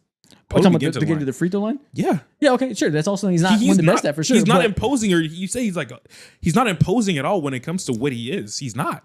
what do you mean he's not imposing? Like, okay, there's another thing. Like, what the fuck does that Who mean? fears DeAndre Yeah, Ayton? it's not about- Nobody When it fears comes to How do you DeAndre fix imposing, that? How he's was not it- using his big ass frame to get to the line Say and it. actually Say it. like make contact Say at it, bro. all. Say He's it. he likes to be a finesse big. Get your and big ass in the paint. Body somebody. Yeah, he is a finesse big. Finesse bigs can be talented. Like, we're acting like that's like, how am I supposed to argue with? He's not imposing. Okay. I don't know what to say to that. Like genuinely, get your big ass in there. You know exactly what it is. He's obviously not a good free throw draw, but it's also, the free throw rate dropped in half from Portland versus where it was in the Phoenix Suns. And it still wasn't from a high point. What was it, like 3 free throws to 1? Well, I'm looking at percentage. It was 12.8 in 2021. 2023 is last year. Phoenix was 10% shooting foul percentage. Jesus last year it Christ, dropped to bro. 5, It which is was like the worst in the literally league. 3 to 1, bro. Yeah, like He's it went never from been 10% of his field goal attempts to 5%, which is like in half. 5% is abysmal. And surprise, surprise, it's a clear drop off going from 10 to 5 when he went from Phoenix to Portland. And I agree, that's never going to be the best thing. I'm not saying he's without flaws. I'm not putting him at 5. I just think the names below us are fine starters. There's think only not 15 being- quality bigs. I think not being able to again like hit on certain things, your ceiling is your floor is like lower. Your floor is a lot lower compared to other guys who you will walk in, you know what they're going to Yeah. give you, and you'll be happy He- regardless his- of the his- fact. His floor is lower for sure. That's like his floor is 100% lower. We've seen that in the past 2 years. I agree. Yeah. All right, cool. Okay. Yeah, And again, I'm not putting him at 8. I'm not putting him anything crazy. Like all the good above average centers are above him. Yeah. Everybody we're talking below are like solid starters, and I think he's the best of the solid starters. God, man, Lakers tax is crazy, right? I've been Lakers tax. Fuck out of here. I've been doing it for every year. This is misunderstood tax. Also, Misunderstood. That's a nasty word. it's hilarious that the most time we spent a single debate this whole year ranking season is DeAndre Ayton versus Jakob Poeltl. I know. Irrelevant. What are you doing? Nobody's gonna have a clear opinion on this after next year. I guarantee. I know. it. 15 through 11. And 15 have Nick Claxton, 14 Derek Lively, 13 Turner, 12 Hartenstein, and 11 Zubac. I struggled so hard between 10 and 11 with Zubac. That was so. We'll get to the name. Jared Allen is the name. That is a hard debate for me. Who'd rather have, Jared Allen or Zubac? Zubac. Zubac. That's clear to you? I don't. That's tough. At this point, it's not a landslide, but Yeah, it's not. it's not a landslide, but it is clear in my opinion that I think I would rather have. I think Zubac. Jared Allen's more talented offensively. Last year, Zubac had a better defensive year. He was amazing defensively. I think also if Jared Allen, the main thing happened to Jared Allen last year, he played less minutes a little bit because they played more Mobley at center. So that was the main difference between last year and the year before when we were like, oh, this is an all-star level guy. His production went down a little bit. He's not just like a lob finisher, roll man. Like he's I legitimately talented with the ball in his hand. Yeah, he's developed that a lot over the last Yeah. couple years. The Allen placement, it's really hard because he's also a guy where it's based off situation where if he was playing on another team and he was the only big there, then it would feel a little bit better. But because you have him and Mobley, and then you have two small guards that aren't amazing defensively, where like you really have to pick and choose your spots there, then it's like, all right, are we going to play you to close games? But also the fact that like as Mobley is ascending, now there really is just less space for Allen to take up on that team. So it's kind of tough. I thought about so those two are if you was Zubac at 10 or even 9, like the names above him. The name at 9. I notice there's a certain European not here. I ranked above him just because I'm like, salute, respect your skills. I'd rather have Zubac than fucking Sabonis, obviously. So if you put Zubac as high as like 8, I don't blame you. The real debate to me was between him and Allen, who are two guys I like a lot. Mhm. And I was like, if I was starting a team X, I have my star point guard, I have my positions. Who would I rather have on my team right now in like a fantasy draft? I slightly lean Jared Allen, but like just barely. That is so hard for me to decide. Okay. Yeah, it's super close. It's super close. I think genuinely, if Jared Allen if he was prioritized like Zubac was last year and had that one-to-one relationship and was given more offensive responsibility, you could have a conversation with me telling me like, yeah, Jared Allen with those like ancillary skills that he has too, is a better player than Zubac. I think it's close. I Yeah. flip every day. They're even. They're like, I don't know what their 2K overalls are, but if it was up to me, they'd have the same exact overall to me. Zubac is bigger, better post defender, better rebounder. Allen's more mobile, can guard in the perimeter a little bit better. I think there's a little more offensive skill in between. Like, they both have their nudges. Neither one of them have glaring weaknesses, besides the fact that neither of them shoot, which I don't really give a fuck about. Perfectly even to me. Okay. But, I mean, Miles Turner seems right. Derek Lively seems right. Claxton, cool. Hartenstein. Hartenstein is interesting. I think that this is the right range for him. But it's also like, man, if he wasn't playing on the Thunder, his skill set and his passing ability, and like you were talking earlier about, there's a very limited amount of bigs who can use their non-spacing as an advantage. Yeah. Hartenstein is that. And He's probably the best at that. yeah. And so like if he was the lone big on the team, or even if OKC's like offense was set up a little bit better to where it's not just Shea and everybody else, he could be top 10. Yeah. And that's the thing. Like, you keep mentioning they weren't better last year for certain people. I'm not trying to do that at all, because like last year, I mean, Hartenstein's like a backup now. Well, actually started most of the year because of injuries, but like he wasn't the 12th most productive center last year. But I'm just trying to gauge like who I think are the best, who I'd rather have on my team, who I think provides the most value. Him and Turner is a debate for me, just because I think Turner probably is another player that we probably focus on the downside and not enough on the fact that he has a quick trigger 3 at 7 feet tall, which is pretty valuable. So if you want to put Turner one spot ahead and put Hartenstein down, I'd understand it. But I also don't feel too bad about that. Yeah, no, I think I would rather have Hartenstein compared to Turner, because I'm just so focused on like the floor of the players, and I think obviously Isaiah Hartenstein's floor is higher than Turner. Like Turner's bad games are so wildly bad, and That's another good point you just made. You're focused on the floor of the players.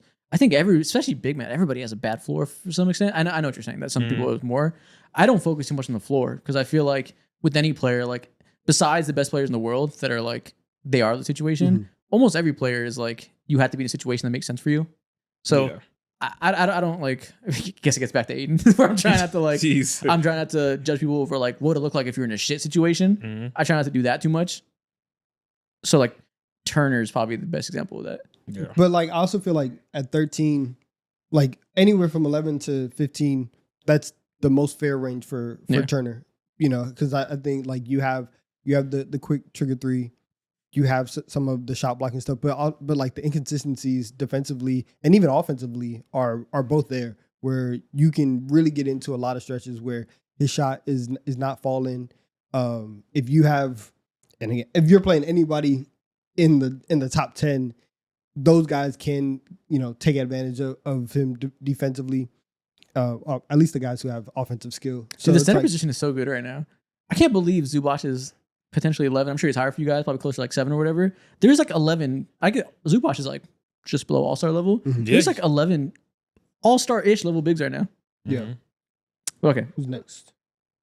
Next up. Okay, so at 15, I have Miles Turner, 14 Isaiah Hartenstein, 13 Sabonis, 12 Porzingis, and 11 Jakob Poeltl. This guy's Canadian. This guy's Canadian. That's the only thing. That's the only thing. Wait, he's European. Where's he from? Germany or something? Upstairs. Is he Polish? He's Australian. Austrian. Okay. I man's from Austria. I missed the L. This man's from Austria. That's crazy. I'm not. I've come to a revelation that I genuinely believe Jakob Poeltl was the most underrated player last year. He's up there. And he's been one of the more underrated players over the course of his career. Because again, naturally, like situationally, and it's boring to watch like players nail the hard stuff. But he's generally been one of the best at so many underappreciated skill sets in the league at this position. You know agree. what? I agree for sure. I think 11 is crazy, but I agree. If you take off the rankings, if you look at this 5 in a vacuum, I could squint my eyes. I could see it. Yeah, if you want to tell me you think Poeltl's better than Hartenstein, I don't agree, but it's like, okay. It's close. Those guys are guys are flippable. Like, Those guys are flippable. I see what you're saying there. Poeltl is a little bit less gimmicky with like the passing stuff Hartenstein does. Maybe you say he has a higher floor with the traditional big man stuff. And he's just like real sound that you'd rather have that than Hartenstein or Turner. But then I'm like Sabonis, and I'm like, I'll hate on Sabonis more than anybody, but like at a certain point, the points, rebounds, assists are insane. That like I think that's over. Like people gas that like fantasy basketball ass mindset too much with players like Sabonis, but like it's not nothing. I'm like, Sabonis is so much more talented than Podol. We are never. He is getting talented, but he's invited. talented in the wrong ways. That's the issue. I know. So I agree. There's another thing. Like I'll be the first one to point out that Sabonis is like impossible to win with his style of play. He's also, like you said, talented in the wrong ways. He still does a lot of positive stuff though. He's not a bad player. You are right. Like he is.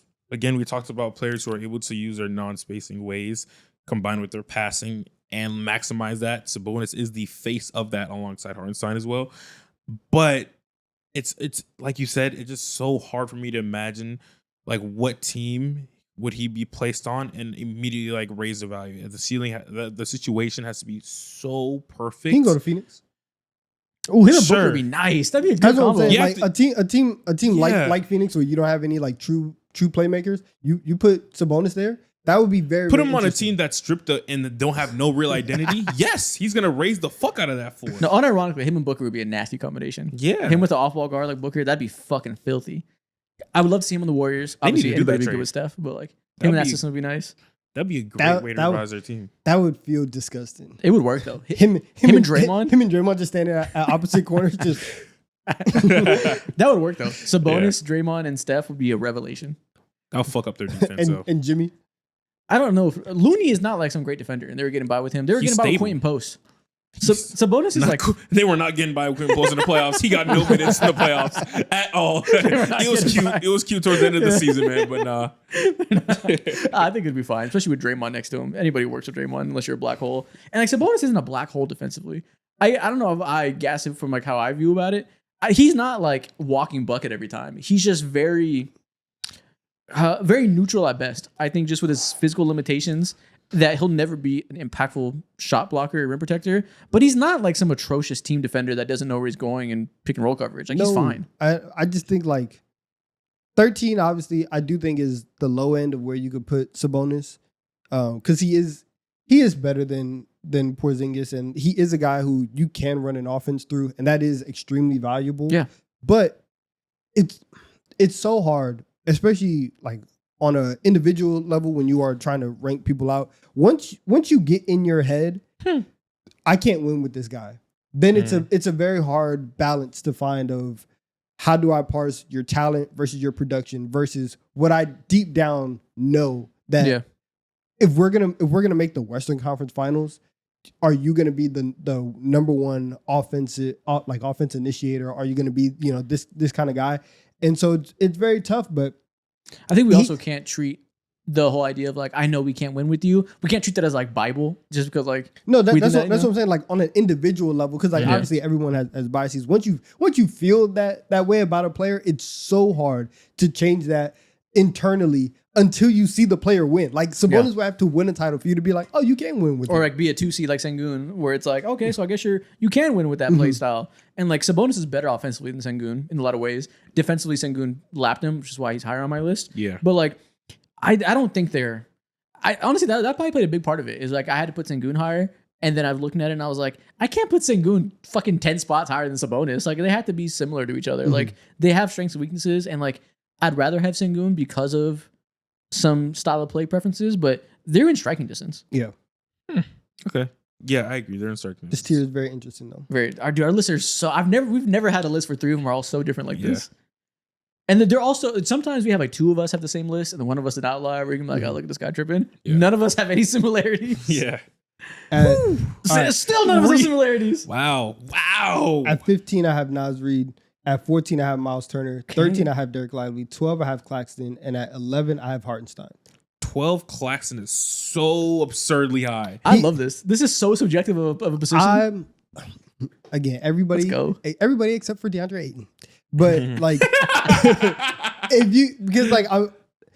if you can take Claxton and if we can do some type of like white savior movie where we like go and like bring you out the hood and like, I take you to the private school across the city, right? Put you in a good situation. You can get a D1 scholarship to if we do the blind side, but with Nick Claxton, he's awesome. And if you look at his numbers and his production, it is so clear when you see the moment Kevin Durant leaves and you see the moment that everything in Brooklyn blows up and the stuff that they've been doing for the last 2 years.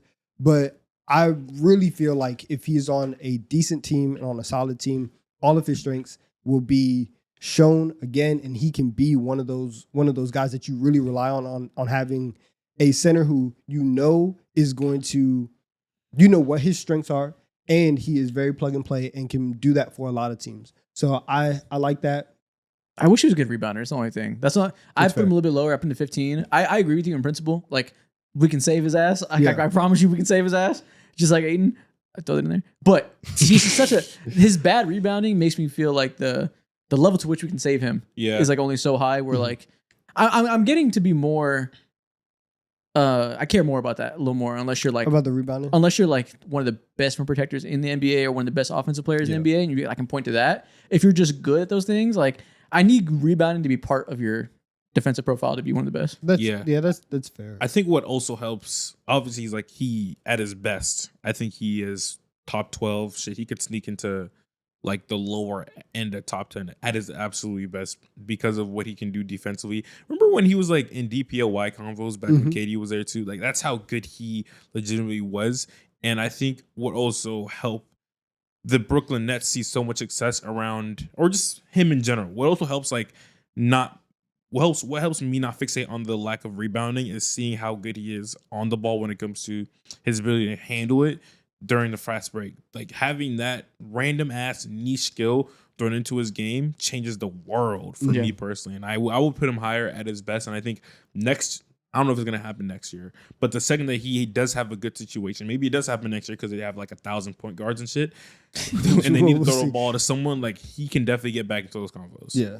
So he's at 12. Am I the highest on Naz Reid? You are. The hell yeah. Yeah. You So definitely are. That's why I was like, damn. Hell yeah. Well, I mean, you had Reid at like 17, so it's like I did have 17. Yeah, I had him or low as who fuck. had him at 17? I definitely did not. Somebody just had Naz. Oh yeah, I did. I had him at 24. I had him Okay. at 17. Okay, so I have him 2 spots ahead of him. I just think that like the archetype of Naz Reid, while the shooting inconsistencies do piss me off a lot, having somebody who's 6'11", 7 feet, whatever, that can legitimately shoot and score and handle off the dribble and do all that stuff, it does change your offense, and it does give you a dynamic that very, very few teams in the league have. And so I do like that from him. And so that's why I had him at 15. Miles Turner, Derek Lively. I respect them a lot, but they are also 2 guys where I'm like, you're playing with 2 of the best passers in the league. And so like, I don't know. They could, be higher, but also it's kind of where they're at. Yeah, Very they're thinking good there's 10 players. all-stars in the top 10. So it's Yeah. that's fine. Putting them in this tier is very fair. Yeah. Being one of the best, I guess, star-reliant guards that like feast in a good situation is perfectly fine. Like I said, every big needs a good situation to some extent, and putting them right below the stars that like make the situation is completely fine. Yeah. And it's also giving them credit for, hey, you guys are in that situation and you capitalized on what you were able to Wait, do. so I left Zubac again. There's like 11 stars actually. I left Zubac at 11. You put Sabonis out, really put him to 13. Who did you leave out of that tier? What do you mean? Like, because there's 11 all-star level players on this list, and you, I Go don't. higher. Go to the next year. But no, but who'd you leave out? I'm curious because like again, I left Zubac. He left Sabonis. Wait, who was your previous tier? Did you put somebody dumb low? Kessler. I don't know. I feel like you might have forgot somebody's name then. No, just keep going. I think we're fine. Okay. At 10, I have Jared Allen. 9, I have Sabonis. 8, I have Gobert. 7, I have Sengun. 6, I have Carl Anthony Towns. So you put Bam Adebayo number 5. Oh Then who did you? Oh, wait, Oh, it's Embiid. no, wait, he's not on the It's list. Embiid. Wait. no, I didn't. Put Okay, it. okay, hold on. Sorry. We'll get there. Yeah, Okay. I was just trying to speed through it. So Okay. here's 10 It through is what it 6. So you have Allen at 10, Sabonis at 9. Okay, fair debate. Gobert at 8. So so you have Zubac at 5. Oh, nice. Why are we trying to? I'm trying. He's trying to figure it out I already. know. I was trying to lay low. Yeah, My bad, yeah, my bad. okay. Okay. But yes, honestly, okay. So the biggest debate for me here in this tier was Sengun and Gobert, because what Sengun showed last year, really like, and I was sitting about it, and I was like, yo, man, like, I really liked what I saw from Sengun, and I don't know, like, it's a real debate. I wasn't even trying to like put Gobert like low or whatever. I was really trying to think him and his offense, and that entire offense wasn't great, but he was the only one who can try and go get buckets. You saw elite from him defensively.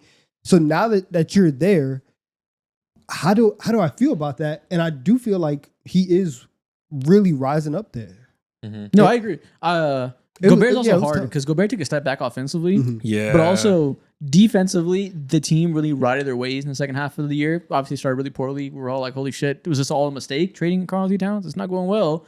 And then defensively, in the second half of the year, they were once again elite. Yeah. And everybody kind of treated it like it was just like something that just happened to be done about the power of friendship, and not because Gobert was back to DPOY level because they figured some spacing stuff out with him and Randall and their positioning on defense and everything.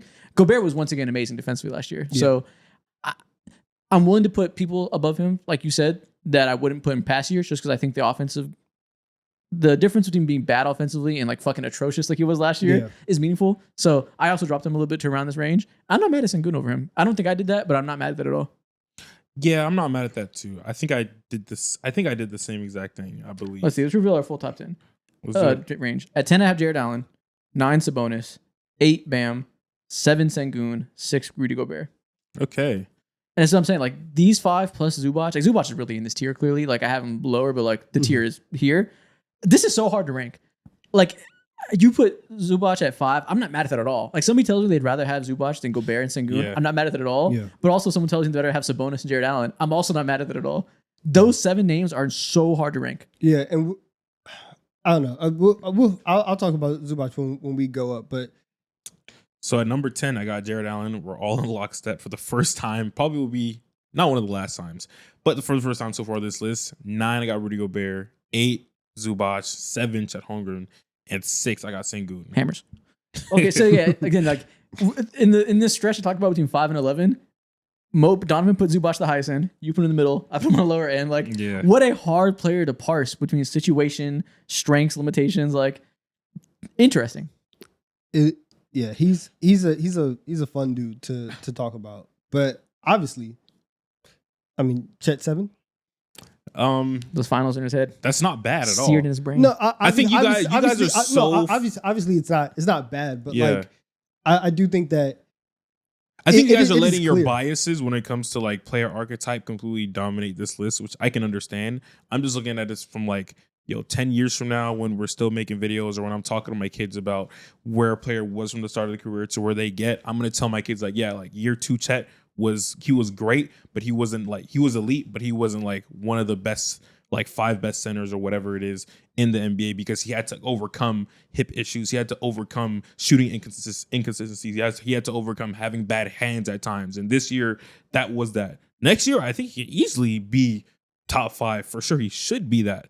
But unbiasedly looking at where he was at this year and what he's shown throughout the 2-3 years of his career, if you want to say that, like I think he's perfectly fine at number 7. Yeah, it's not crazy. I mean, the range is obviously isn't big, but he's the second best defender in the NBA, I think.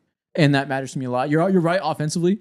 It's been a struggle from the injury, so it's not insane. But like I'm taking him over Sengun still, and I know Rockets fans hate that. They've hated that forever. He was an all-star, so they feel like they have fuel to their fire.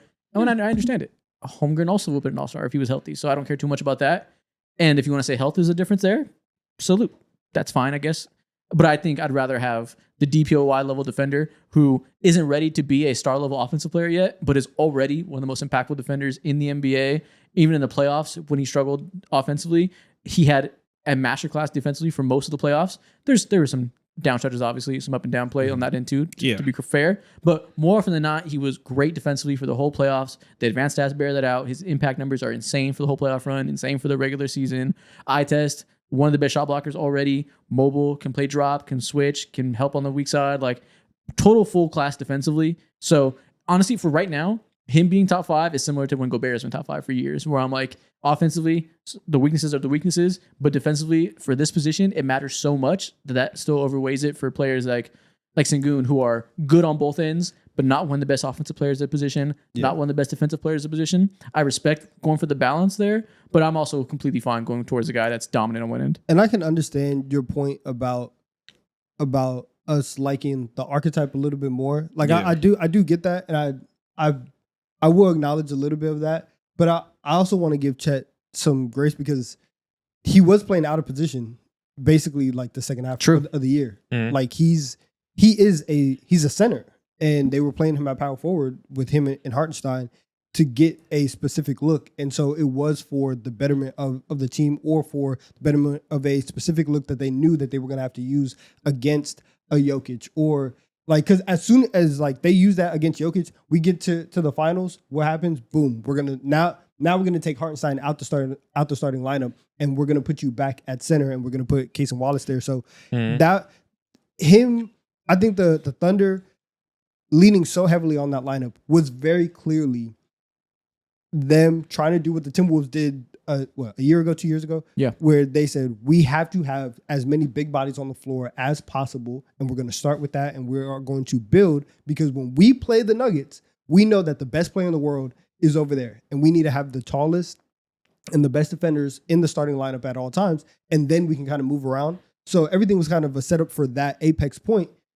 Once we get into next year, they're not going to start Holmgren and Hartenstein. Chet is going to start at the 5, and I think offensively you're going to see a benefit from that. And defensively, he's just still going to keep doing what he does. And also, that's why like he is top 5 for me. I agree with you when it comes to that, but like I can pull your leg and be like, yeah, Sengun, he was in a good situation, but it wasn't necessarily the best to optimize certain things, which is spacing that he needs as a guy who's going to be. He's probably one of the 3 or 4 most physical bigs that the league has to offer. But also, his second option was fucking trash. His second option shot like 34% from the field, giving you like 9 points a game and whatnot. The spacing was horrendous, and that just generally mucks up so much that Sengun thrives as. So next year, obviously, he has KD, and he's gonna have he has KD, he has DFS. So much that team improves so much when it comes to what Sengun needs to thrive and be even like.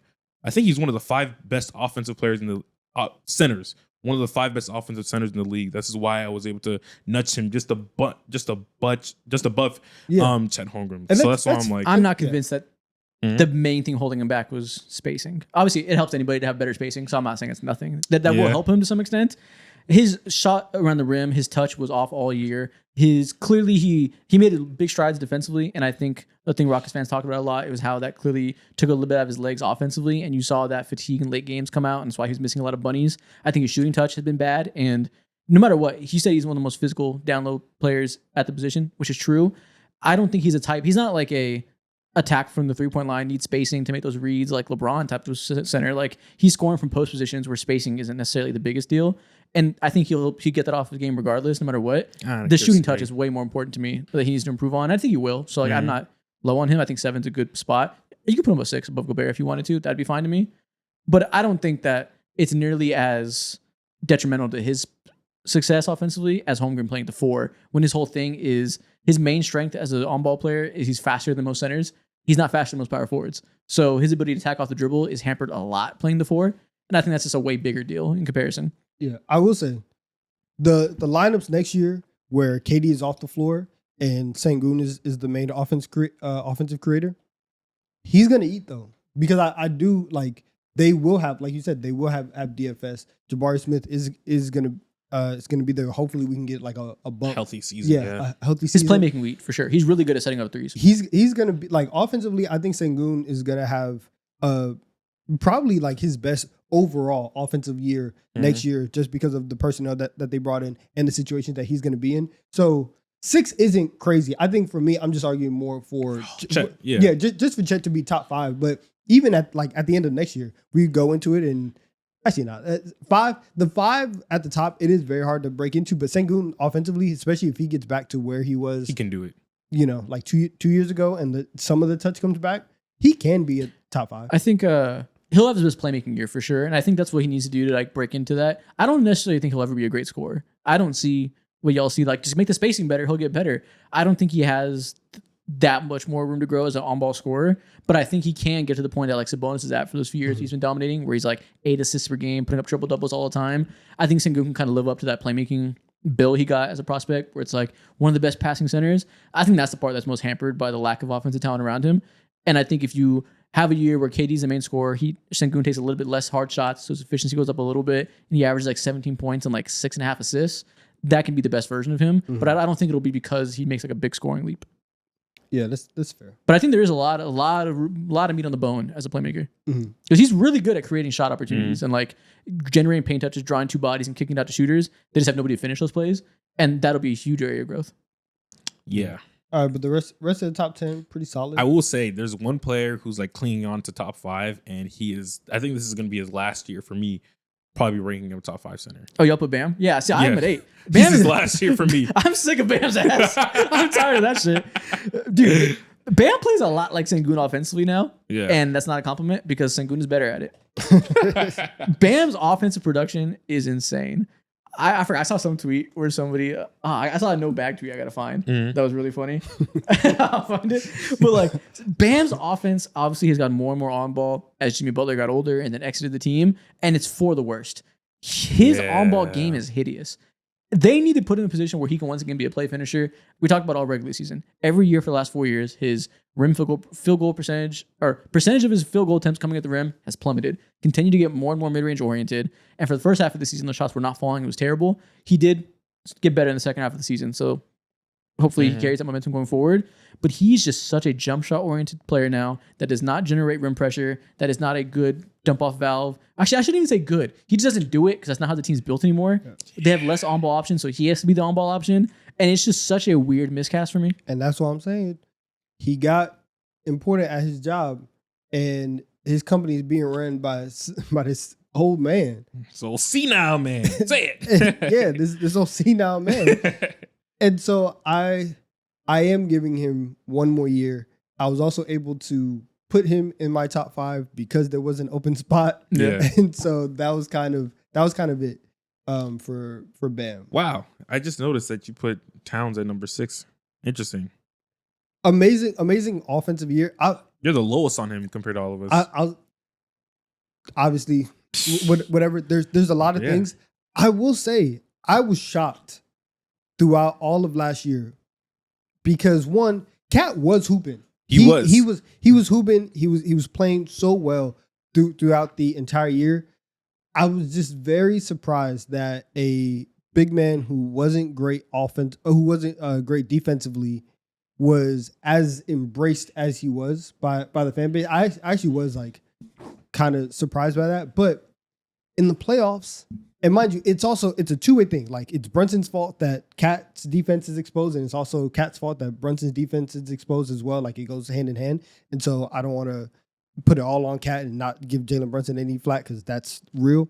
But at least Brunson can step in and try and take a charge. And the foul trouble from Cat still was there. And it gets very annoying because there are times, like after every game, whenever he gets into foul trouble, after the game, some former players come talk to him. He's like, "Yo, bro, like, you gotta stop fouling." And Cat's like, "Word." He's like, that's exactly how that combo goes. He's like, "Word. I know. I gotta stop. Then stop doing it. Like, relax." Like, this is the first year. Clearly, Gobert's number 6 for me. So this is the first year I've ever ranked Towns above Gobert. Yeah, and it was just because Gobert's offense was so bad this year, and Towns had the best year offensively, and I gave him a little bit of credit. But I share your sentiment.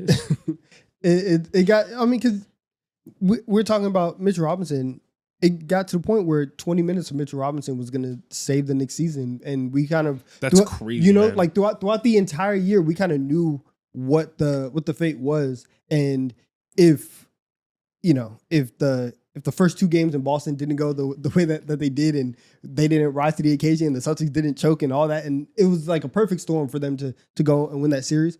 But we had a very clear picture of, okay, this team is probably going to look a certain type of way because of the limitations at the 1 and the 5. Man, I'd rather have Zubac than Bam for this past year. Oh, this past year for sure. This past year, I'm giving Bam credit. I know it's something. If you put Bam, if Bam was, this is obviously, but if he was in Ayton's place next to Luka, Bam would be in a different conversation with a good passer like that.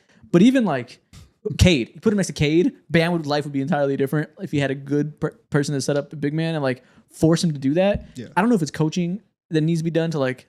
Actually, that's the wrong way to phrase it because I'm not doubting Spoelstra. Yeah. But I don't know if like they're empowering him to play this way or they need him to. He wants to. Whoever's pushing the levers to get him to be this on-ball scorer, I hate it. And if we were in a part in the multiverse where there was a different coach that was like, no, you're gonna play like you did when you were at 22, I feel like we'd be in a different conversation. But the way it's trending, I don't even see it changing. That's the problem. I think next year we'll see the exact same thing, but I don't necessarily see him getting good at that. Probably just because the offensive talent and the offensive creation isn't amazing. So we probably will see it. But he is an all-world defender, so I still got to keep him high. Mm-hmm. But I don't know. It's tough. 'Cause I really fucking hate his offense now. Like it's not go.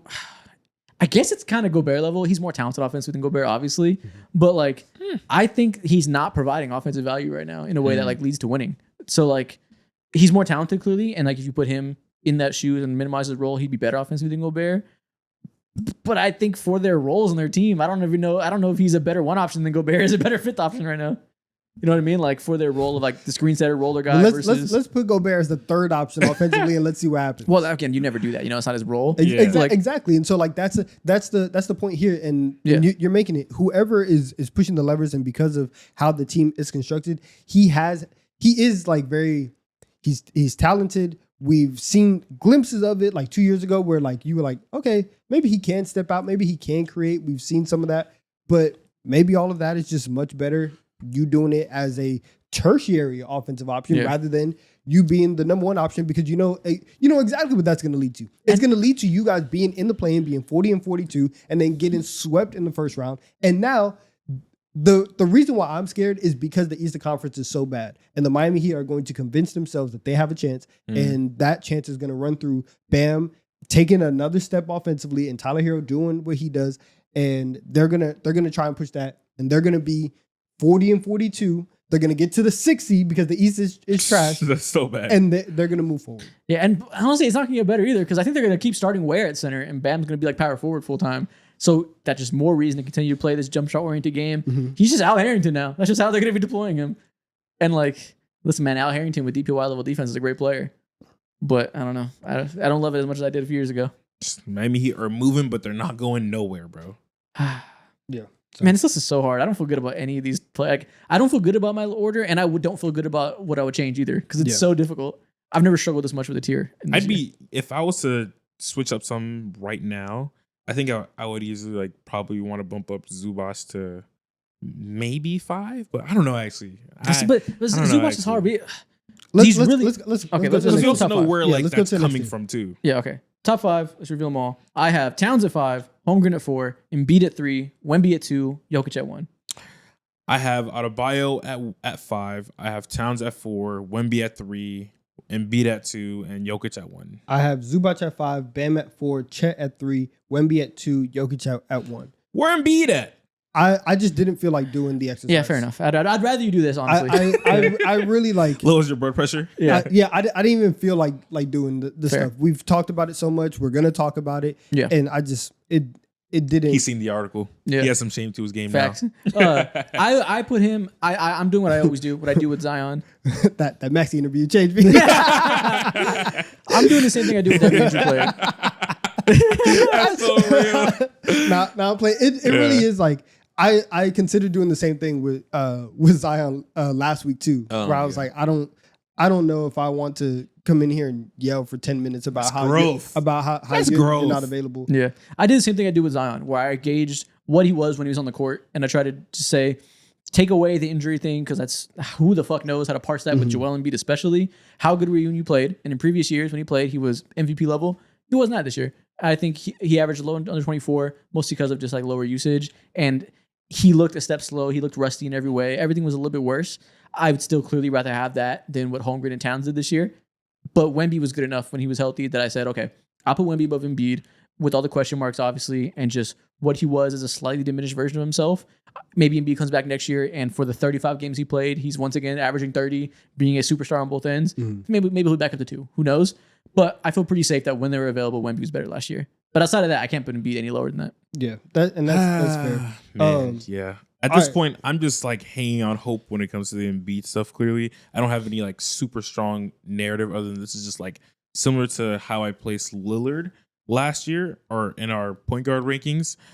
This is just simply like a damn near legacy fit for me because I seen you 2 years ago and he was averaging like more points per minute than Wilt or some absurd stat like that. He was averaging like 35 points coming off of his MVP season. So he was just moving difference, and then coming into this year, have it be so wonky, wearing like a whole goddamn cast on his leg basically. Sucks. I'm not going to rank him out of the top 5 until we actually see him on the court being washed, you know? And he wasn't quite that this year. Again, he wasn't quite MVP level, so I lowered him below Wemby. But until we see him be a subpar player when he's on the court, I'm not going to lower him too much just out of like principle of how I treat the other injured guys. But again, if we were doing a who you'd want on your team, like a value list, he wouldn't be top 30 because I don't think we're going to see a single year where he plays over 50 games for the rest of his career. So he wouldn't. I wouldn't touch him with a 10-foot pole if it comes to team building and who I'd physically want on my team in like a real life scenario. But I treat these thought exercises and the ranking players of who I'd rather have if I had to win one game today. If I had to win a single game, who's better? One game, give me Embiid still, number 3, clearly. Yeah. I just, and I don't know. A lot of times, like you try to do it in a vacuum. A lot of times when I do the tiebreaker, it is like, would I rather just have this guy on my team? And so for Embiid, it's also not that. Like I'm also just like I have no idea when the next time we're gonna see him play basketball is. Yeah, and again, you know, going forward, like he literally could come back again and be terrible. We don't know, or he could be a god again. We don't know. Like it is so unbelievably unknown that if there was ever a year to just not rank him, this would be the one. Because who the fuck knows? I think we did this a couple years ago with Porzingis, where we just didn't rank him because it was like, who the fuck knows what Porzingis is gonna be like? And he came back solid, but it's tough. All right, can I get off my Zubac glaze real quick? Go for it. Listen, so Zubac is top 5. Zubac defensively is one of the best bigs in the league. Offensively, obviously, he's in a great situation. Having a passer like James Harden, Chris Paul is there this year. So no matter what, whenever Zubac is on the floor in whatever combination, he's going to have one of the best passers, literally of all time, on the floor with him. Offensively, especially as the Clippers have evolved to go without Paul George, you have Kawhi for 40 to 50 games a year. You're gonna have Bradley Beal for 40 to 50 games a year. All of these moving wing pieces are in and out. Zubac has been able to grow and expand his offensive game. Every single year he gets better, and he has improved at. Do I want to say this? Yeah. Honestly, like at an exponential rate that he's improved at, and so I do think that even among the top 5, the only 2 people who I think will improve more than him are Wemby and Chet, and that's just because they're 20 and 21, or they're in their young 20s, and Zubac is like further along in his career. But if you tell me next year Zubac is going to take another leap offensively and he's going to be even better, you're looking at one of these centers that putting him on any team is going to instantly make them one of the 4 best teams in the conference. The Clippers won 50 games, and yes, James Harden was amazing and he was setting everything up. He was also mad inefficient, and they were allowed to do a lot of the things defensively because you have great wings. But as you see, especially on the Knicks side, you can have good defensive wings. You need a big to anchor that in the back. Zubac is doing that, and he's allowing the Clippers to have one of the better defenses in the entire league. And he's such an insane rebounding year. Like, it was such an asset to them that he was so just dominant on the boards. All that's true. And I don't feel bad about him in a vacuum being the 5th best center. It just comes back to how many players also could be the 5th best center right now. Yeah. Like, I don't feel bad at all about you picking him over any of those conversations, but also vice versa. So you put him right above Towns because he's better defensively as a main differentiator? Yeah. Okay. That's fair. But also, I guess the argument against him would be that yes, he made a scoring leap, but also you mentioned it was because Harden was there and that enabled it, that he was about as good as he was before, but they played more through him than Harden. Whereas, Towns is still much better offensively, much more of a play through him guy. Yeah. So that's where it's hard to parse that. But again, I'm not mad at it at all. He was all defense, which I know that's the hard thing for me is if he was all defense every year and that's what I knew he would be, then yes, I'd put him this high. I'm was that a 1 year the team defense was insane? He was the best player on it. So he got that nod because the Clippers team defense was ridiculous. And a lot of times centers get the nod for a team accomplishment. If he comes back and does that again this year, then he'll fly my rankings. If I can say this is one of the best defensive anchors that year by year will be a walking top 5 to 10 defense, clearly he should be above Towns. Clearly he should be above Sabonis, Jared Allen, everybody ranked below him. That'll be the case for sure. But I'm not sure if I should believe that year by year yet. So I believe it now because even last year, going into last year, we were talking about Zubac as this is one of the best drop bigs in the league. He's had a reputation of being one of the better defensive bigs in the league. And so as we've seen that progress, now this year it finally got to a spot where he did get the recognition, but also because the defensive teams are so small, because you only have two true. instead of three. There's a lot of guys that can be an all defense level player. We had 15 players instead of 10 that get that nod. And I shouldn't make I shouldn't make it sound like that's the only reason. I mean, like on that level, because I don't think in previous years he was all defense level. Yeah, I'm saying like even going into this next year, even if he's not on an all defensive team, I do still think that he can be kind of close to that level, and he just might not get the nod because like Wemby's going to be hopefully Wemby's healthy, Chet's going to be healthy. That's 2 spots already gone, and so obviously those guys are better than him, they're higher than him, whatever. But once you get past all of that, if we had a third team, he can easily, on a year-to-year basis, be one of the 15 best defenders in the league and be that level. Definitely. And be like that caliber of player. I just think that like him getting that nod coming off that year, there was ever a year where when you do have to give him that credit and you have the track record of him improving, I do feel kind of safe with the trajectory that he's on. Yeah. Okay. Yeah. If we're doing like the way like especially Moses described is like reflecting just last year, totally fine with that. And if you truly believe he'll be that again going forward, which I don't disagree with, that's totally fair, then I get it. I guess it's just like the names I was debating against. I feel a little bit more sure of what they are. Yeah. Whereas like I don't doubt Zubac at all. I love Zubac too, but it's like I don't know, like 27-year-old career year. It's just kind of hard to like to put that in your head as concrete versus other guys who have been like a more clear trajectory. They are a star, have been a star for a little while. And that's not fair to him at all. That's not like smart. That's just like the hard bias he's working against him right now. Yeah, you can say 27 career year, but you can also say 27 like 27 stepping into your prime. Yeah, we've seen that plenty of times. Exactly. Like someone like I guess the most random player who I can think of who just like had the most random assurance of being into like a legit star, low tier star, but still a star. Someone like Kyle Lowry. Like he's been around the league for a minute, and he didn't necessarily pop until his like second year, I believe, off the top of my head, in Toronto. And that's when he was like established his career as one of the better point guards in the mid 2010s. So if he's on like that similar arc, I 100% see something like that happening. So if all that's true, why is Bam and Chet Holmgren above him? I feel like you described somebody that, damn, that Thunder's crazy. Is storming in Chicago. So Chet, super high on Chet. I just think Chet is one of the most talented players. Yeah, like you mentioned earlier, the archetype thing we're stuck up on. Mm-hmm. When you are the archetype and it is incredibly valuable, it's pretty important. And listen, the same thing happened to me with Paolo, where I saw the first 5 games. I was like, I've seen all I needed to see. The first like 10 games of Chet where he was hooping offensively. There's not a doubt in my mind that he can be not even competent, an above average offensive player in the league. And so, for sure. And so I know it's there. I know that he's. But is it there yet though? That's what I'm saying. So I don't think it's there yet. This is the first. Think about this, right? This is the first offseason that Chet's gonna have where he's not rehabbing. And so honestly, the biggest knock that I would have on Chet is the thing that you've been saying for a while that I've just pushed back just because I like him so much. But if you want to say that the injury concerns for you is why you drop him, I do understand that. Because it is wild that this is going into year 3 and he's, again, first summer that he hasn't had to rehab. He comes into this year off the championship. He's actually healthy. The hip is going to be okay. I fully expect that Chet's going to walk in and be given 20 and 10 DP. He was going to be the DPOY. He was ahead of Wemby when he was playing for those 10 games. Wemby might have caught him, but yeah, he was in the running. Yeah, yeah. But he was up there. So you know that you're getting DPOY level defense. You know that the offense is going to be better. And so that's why I see your point. So I do think Chet already has that. Even just because the year before, as a rookie, he moved substantially better than he did this year post hip break. Like we've seen it in his first instance here. And I guess it's the same thing I've been saying for all these lists. I want to be contextual with this. I don't want to just be reflective of what happened and only look at the outcome and rank them.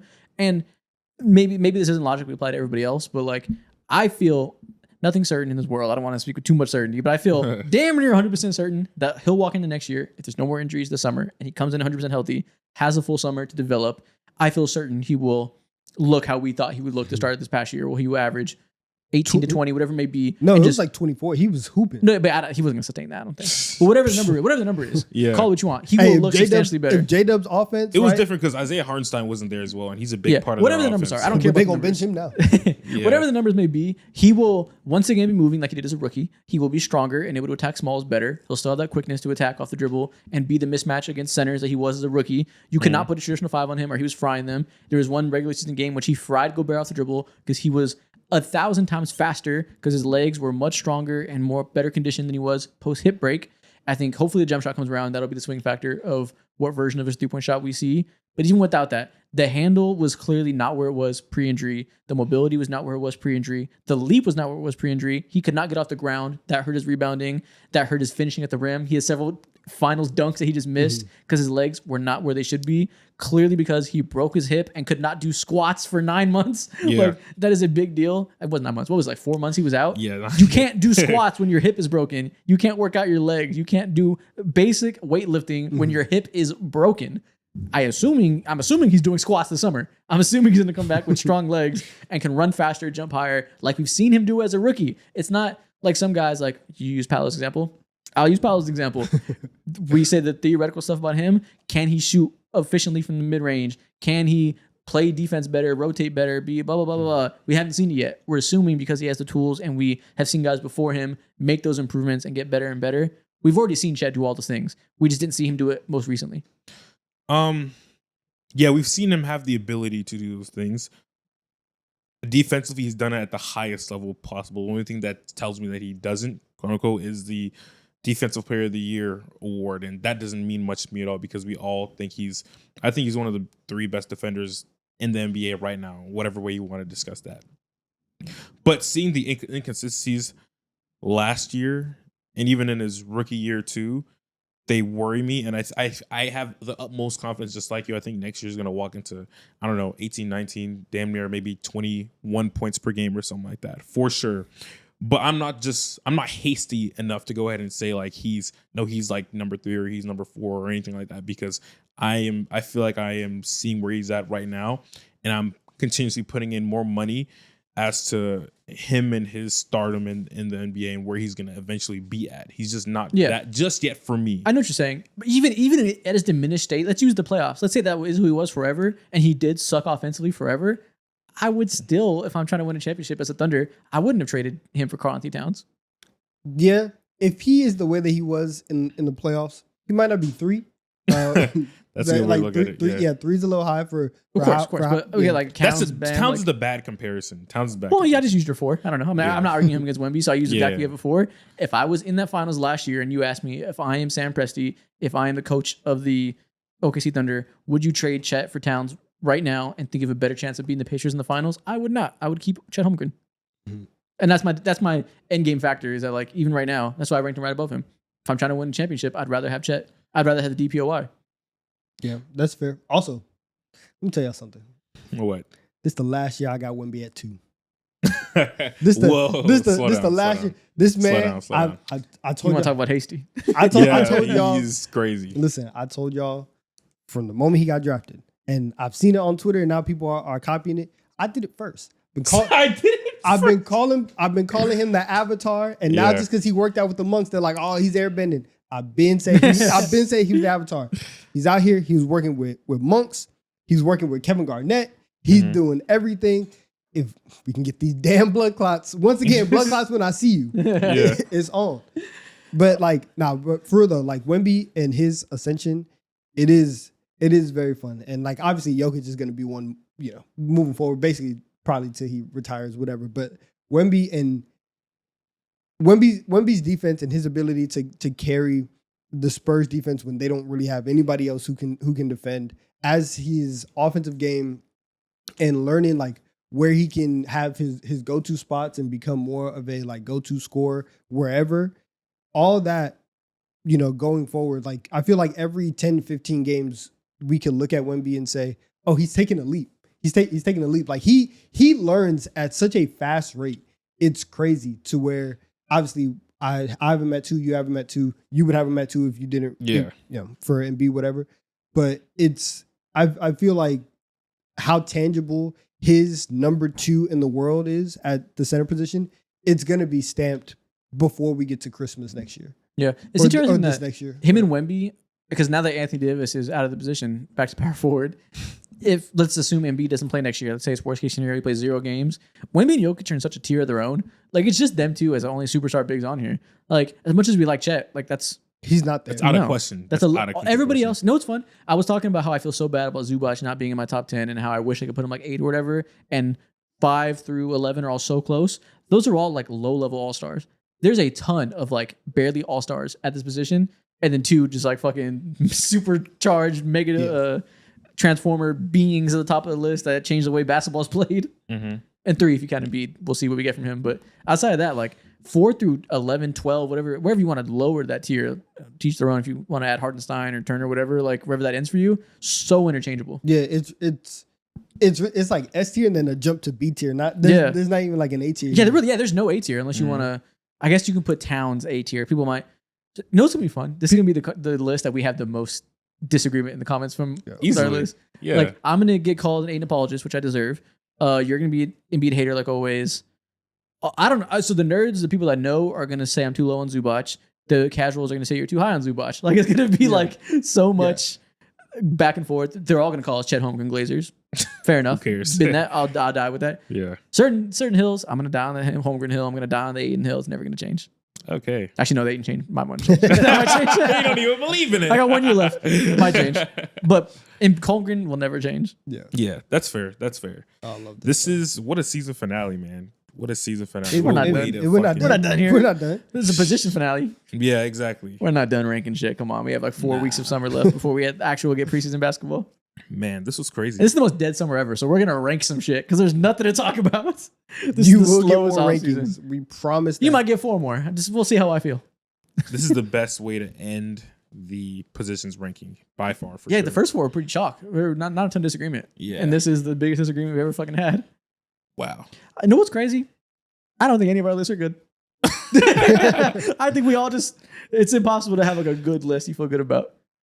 I mean, I feel like mine is perfect, but it's I like my list. I think looking all back at it, I would. They're all bad. There's like a few things I might shift here and there, maybe like 2 or 3 things, but I feel pretty good about my list.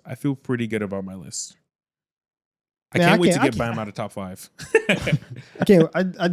I'm ready for Wemby to come back. I'm ready to watch him play again. Yeah. You know what I'm ready for? What you ready for? What's going on? For you to catch that crayon and start screaming.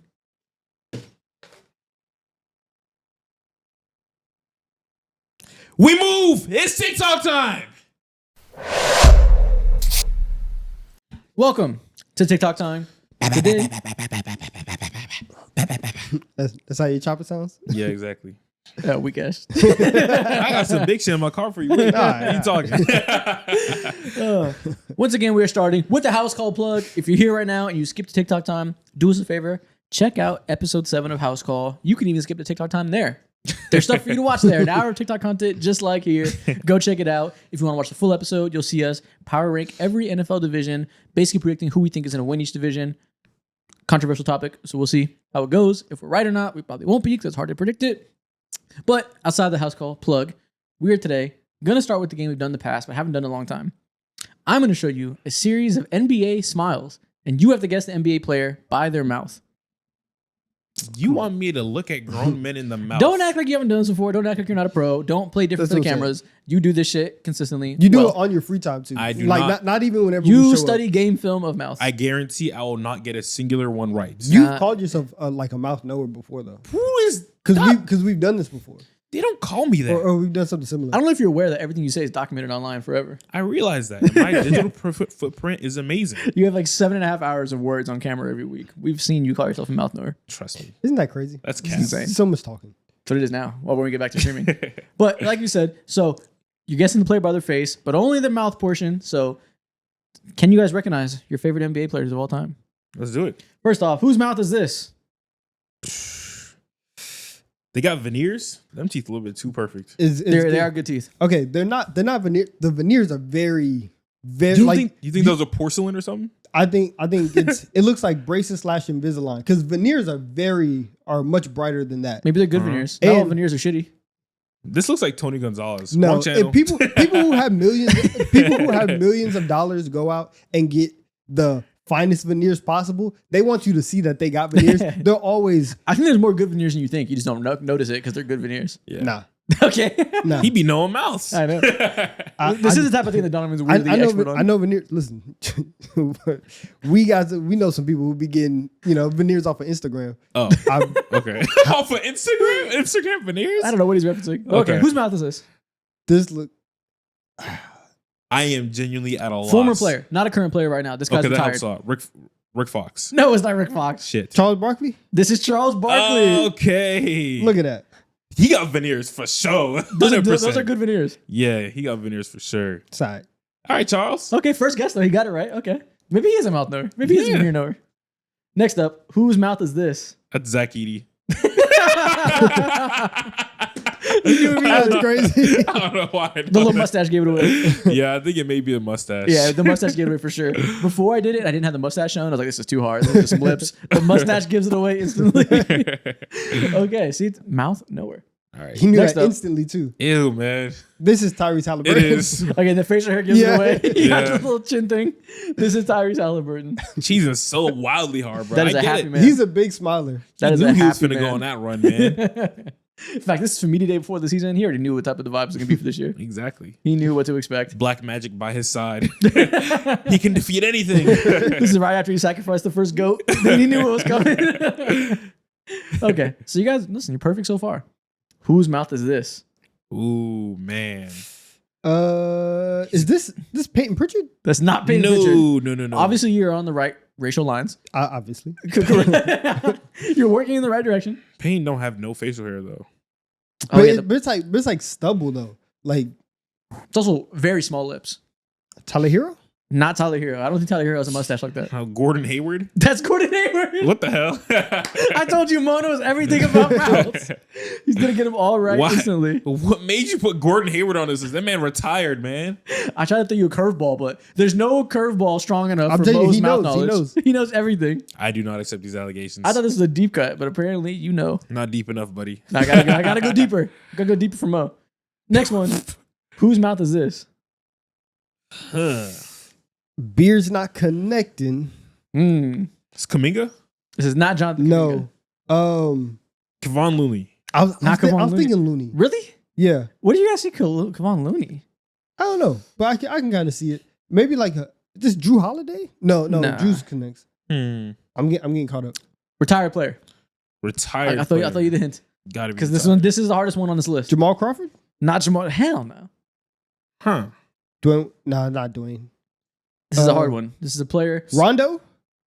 What? Iman No. Shumpert. Not Amon Shumpert. 2000s player. 2000s player. This player isn't unknown. You guys know this player, but you're probably not thinking about them. I don't Kwame know- Brown. No. Better than Kwame Brown. I don't think you guys are going to get this one. This one's kind of hard. Shit. Not a player that comes to mind, but he should. But he should. He should be on your mind. Oh, shit. Go ahead. Baron Davis. No, you guys are just naming No. black players. None of these guys like anything like this. I mean, all I can see is the mouth. What do Someone you mean? Hispanic? What do you want me to What do you do? mean? Look like this guy. I don't know. Damn. This is Ben Wallace. Oh, yeah, I wouldn't have got that. Yeah. Nope. Zero chance. Also, you're nasty for using Ben Wallace in a Bulls jersey. yeah, instead of a I Pistons. wouldn't have got that at all. Zero It doesn't. chance. Yeah, it doesn't change our guessing. I know, it doesn't Yeah. matter. But you are nasty that that's the picture you chose. Oh, I didn't choose it. Next one. Who is this mouth? That is Anthony Davis. Yeah, a little too much beard was shown for this one. Too That one's much. easy. Too That much. is Anthony Davis. Okay. Very clear. Yeah, clear as day. Listen, you guys gotta have a rebound after the fail of Ben Wallace. Some of the most iconic facial, like I know the beard, I know the eyebrows, like it's up there. He really does have one of the most like recognizable looks. Even like his facial features, like he looks Yeah. very much like Anthony Davis and nobody else. He doesn't have a look like. That is a unique face. Whose mouth is this? This is someone old, but I was finna say Jordan Poole. The mustache, You got that nasty cop mustache. donut eating mustache. Trash dash. If I had the ability to grow one, It's like a Joe Dumars I type would of thing. 100% do it. You grow to have a mustache? A trash dash? Yes, I would. That's what's called trash stash. Hmm? I've never heard that term. That's funny. I think it's actually like a little bit of a stubble. I don't know. Trash stash. Okay. Does this player play right now? Hell no, I just play right now. Look at this picture. Yeah. Let's go, Mitch Richmond. It isn't. or No. that's or a- Tim Hardaway. No, I guess it's not a terrible guess. Okay, Mitch Richmond's crazy, but no. man. What a pull. I haven't thought about Mitch Richmond in like 2 Clyde years. Drexler. Not Clyde Drexler. This is the hardest one. It's just the lips. It's like old, It's not new.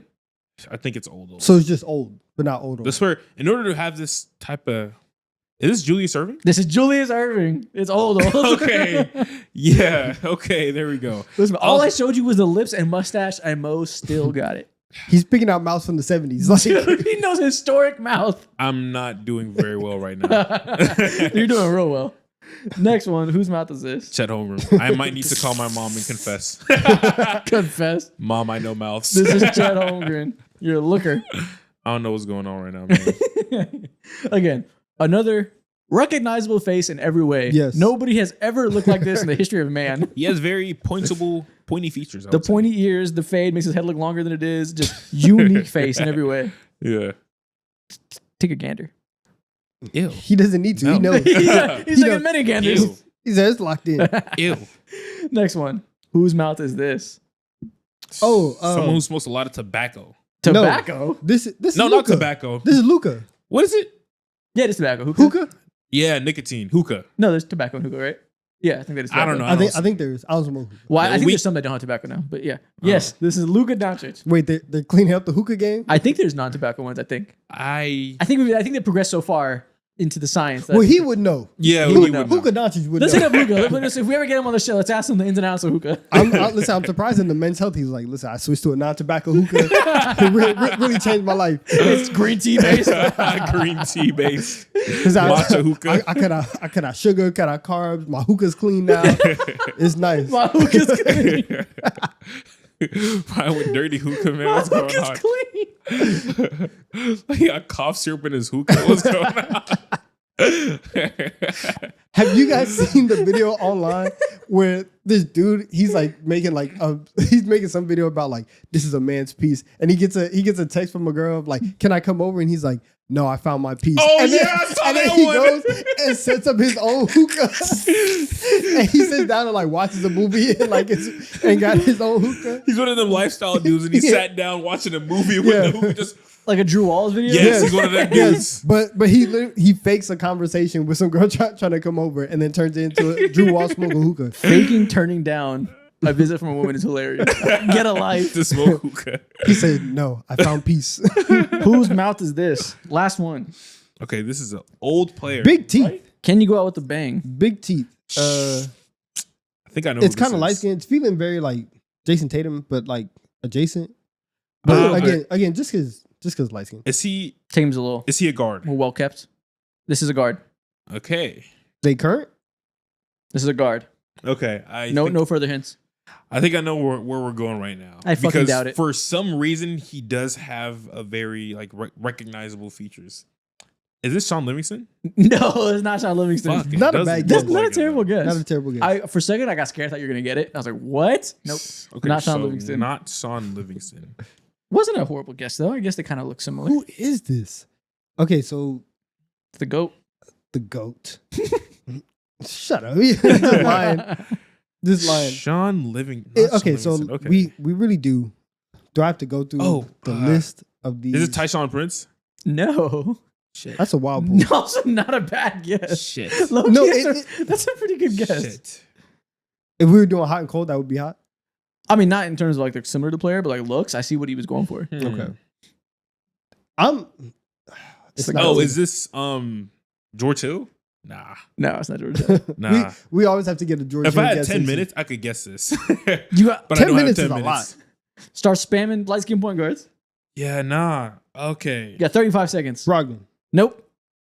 Is this light skin point guards? Ty Jerome? No, it's the go, man. This is Cameron Payne. Ooh, yeah, I wouldn't have got that. Wow. He looks he has a scruffy look now. He used to be like this before. Damn. I wouldn't have got that for sure. How do you not get this one? Campaign the- again at the end of a goddamn clip? What's wrong with you, man? All the great pulls you had today, and you finish with this shit stain on your resume. My bad, I You don't faked know this out with the campaign goat. mouth. Even though that I knew that you were joking, I still was in my head of like, Is it Jordan? I Well- don't know campaign. Tragic. You need to get your campaign knowledge up. I know. Fucking Jesus Christ. Staring at his Instagram after this. Do your homework. Take your job seriously. Literally. And that's the last one. Okay. Next thing we're going to do. I'm going to name 2 NBA players, both of which are point guards. One is old, one is new. You let me know who you'd rather have on your team. Who's better? Not who's better all time, not who has a better resume, who is better at basketball at their peak. At their peak. Cool. Yep. Something we've done before. Bring them back with point guards. Do some names we haven't done yet. First off, Jeff Teague versus Tyrese Maxey. Tyrese Maxey. Both made an all-star team. Both, like complimentary players to their superstars. Well, actually, not even superstars in Jeff Teague's case. Complimentary players to DeMarre Carroll and Paul Millsap. Yeah. And I think that's kind of where we're at. Tyrese Maxey is a complimentary piece to Joel Embiid. Jeff Teague has done, and many people have said this, he's done negative PR by telling us like how regular he was. But that's so genius, though. But guess what? I'm gonna believe you. I'm taking Tyrese Maxey. Yeah, it's easily Fine, Jeff, you Tyrese convinced Maxey. me. I guess you're a bum. Yeah, it's easily Tyrese Maxey because Jeff Teague, I will say a strength of his game is that he has a he's so great when it comes to having this in-between game. His mid-range pull-up was genuinely, it's better than Tyrese Maxey's for sure. But when it comes to he's a middle tier point guard. Better playmaker. But only made one all-star team on that team when they made like the whole team on there. The team. Yeah, he's a better playmaker for sure. He processes the game probably better right now, but Tyrese Maxey still has like star qualities. I think this is closer than you think. I think Teague is just a tier below Tyrese Maxey. He's a tier below in terms of like a dynamic scorer for sure, just because he's not the shooter that Tyrese is. But I don't know, like he's a better playmaker. I don't know how to parse their defense. Tyrese is still young. He's not a good defender yet. Like, I mean, neither of them are like locking up. Teague wasn't like, yeah. Teague wasn't like that. I feel there's probably clips of there of Teague being like, I don't give a fuck about defense. Yeah. I wasn't playing defense. Yeah. I think further at their age, Tyrese is definitely better than Jeff Teague was at this age. Yes. So we'll go Tyrese Maxey. For sure, it's Tyrese. It's But close. I feel like there's some elements of like Teague's ability as a driver and playmaker that I'm like, hold on, it might be kind of close, all things considered. Nah, I think let's take Tyrese's shooting ability and how deep he can pull it from two just is a big separator. Okay. End of the day, I'm still going Tyrese Maxey. I'm just saying it's closer as you might think. Next one, Tony Parker or Tyrese Halliburton. This is very hard. That's weird to parse. One is a member of a legacy team playing off of Tim Duncan, amazing in his role as a tertiary player, could be the best player on the team if needed. I don't know if they'd win championships. Tyrese Halliburton, done a lot of winning, but not at the highest level yet. Hasn't finished the job. Both, one thing I can say that they have in common, other than being light-skinned, is that they're not like the most impressive defenders at all. Yeah. I'm sure there's years where Tony Parker was a better defender than Tyrese Halliburton. Probably. I'm sure there's years when he was younger where he was a passable, solid defender. This is a conversation that we might be the first people to ever have this conversation. We're making human history right now, bruh. And so it's hard to say like 1-for-1 situations. I don't think Tony Parker could lead that Pacers team to the finals. But that's also, like a specific ass scenario. I don't know if Halliburton would probably win championships with Tim Duncan too, but I don't want to take away what Parker did. Yeah, it's just hard because like if you're playing off of Tim Duncan and you're going and you're not playing this super up and down style of basketball, can you score in the half court the way that Tony Parker did? I'm not sure. He was so perfectly suited for that, and that's not Tyrese's game. I think if I'm rebuilding a team from scratch, I'm doing a fantasy draft across history, I'm picking Tyrese Halliburton first.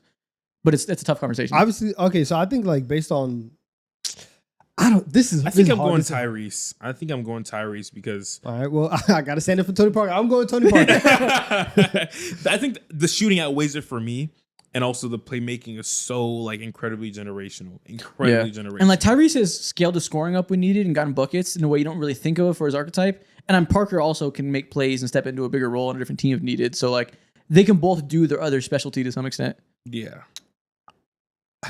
You guys took Tyrese. I'm not having a clean sweep because it is closer than that. Yeah. So I'll go Tony Parker. Close. Yeah, I'm not mad at either outcome here, but would you really like, I guess it's hard because in today's NBA, for you said the shooting, you're definitely taking Tyrese Halliburton, but that's also a little unfair because Tony Parker didn't come up today. He'd probably shoot the three better if he came up today. Most definitely. And Tony Parker's, he's quick and he can get downhill and all that. Like his floater game, his in between game was also disgusting. Is he Darius Garland in today's NBA? He developed a 3-point shot. He'd probably develop three a little closer to if Garland. He had one. Even if Garland's a better 3-point shooter, he's a better in between guy. Like I don't know. Maybe it's hard. Yeah. All right. I want to see him in today's NBA. That'd be an interesting simulation. Okay. Raymond Felton or Josh Giddey? What are you talking about right now, man? We're talking about Raymond Felton versus Josh Giddey. I'm going Raymond Felton. Why? Vibes. You just want a cool guy to get along with, have a couple laughs. Hell yeah. All it comes down to. Hell yeah. Wait, what do you want Josh Giddey for? I mean, he's a good passer. Listen, man. He will feed my young prospects. Raymond Felton averaged 7.4 assists in 2008 That's amazing for 2008 basketball. as a member of the Charlotte Hornets. Or was that Bobcats at the time? Bobcats. Bobcats, I mean. Yeah, close conversation, but I'm taking Giddey. And this is probably the only and last time I'm taking Giddey on anything. I will never take Giddey on anything else. I'm taking Raymond Felton. Give me Raymond Felton. I don't want to pay Josh Giddey $30 million. Raymond Felton will play for the league minimum. Rajon Rondo Relax. or Cade Cunningham. Ooh. That's a hard one. Because obviously Rondo, for what he does as the slashing, amazing playmaker, one of the best at that. Can play next to superstars, can be to step into a bigger role like we saw later in that Celtics tenure. Mhm. Cade, a little more well-rounded as a scorer, but doesn't duel his strengths to the strength of Rondo. See, okay, so the jumper from Rondo is the thing where it's really separate because if Rondo had any semblance of a jumper, I He think did towards the back half of his career. He but shot like it a was random never like 40% super from the field. consistent. Like Yeah, in but terms- after he couldn't slash like that anymore. yeah, like prime Rondo did not have that jumper, and it was something where every game, like every big playoff game, you're like, hey, if Rondo can give you 14 tonight, we can be good. But I do think, I think if you're starting a team from the ground up, you would take Cade just because he can score a little bit more, and you can kind of fill things in around it. But if you have one other All-Star on the team, I would take Rondo. I think I'd take Rondo. Rondo had years where he was all defense on DPOY ballots while still being the primary ball handler, averaging 10 assists a game. Like, he's such a unique player that doesn't check as many boxes as Cade, who can do a few more things, just not as well. But I think maybe Cade gets there eventually, but I think right now, prime Rondo is still better. And even once he was past his prime, you still had like the playoff Rondo stuff. Yeah. Where he can go, and he was going places where the Bulls about to win a playoff series. Yeah. The Lakers got playoff Rondo. You got the Pelicans that had their run with Rondo as well. He goes into places and he does elevate their floor. Cade might have a year where he contends for an And their MVP and is better, but I think so far, Cade's one All-Star year versus Rondo's 4-year All-Star run. Give me Rondo. Yeah, exactly. It's unfair for Cade because we haven't seen the finalized version of him. We did see him take a huge leap as a scorer specifically, but there's still some things that will hold him back from a general, like, oh my God, like all-time thought process when it comes to Cade Cunningham compared to Rondo. Okay. But listen, man, pretty soon we might get there. We'll see. Gilbert Arenas versus Trae Young. Yeah, I'm not taking Gilbert Arenas in anything right now. Give me Trae Young. Give me Trae Young. He beat the case. What you mean? I'll bet on Trae Young. That's funny. No comment.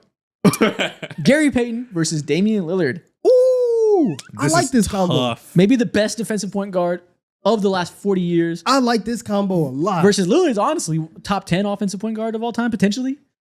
Like just on paper For at his sure. peak. I'm not even thinking about it. I think he's easily, I don't know about easily, but he's definitely top 10 He's in that conversation. of all time offensively. Like not accolades, just like at their peak 2023 Dame. There might not be 10 better offensive point guards that have ever played.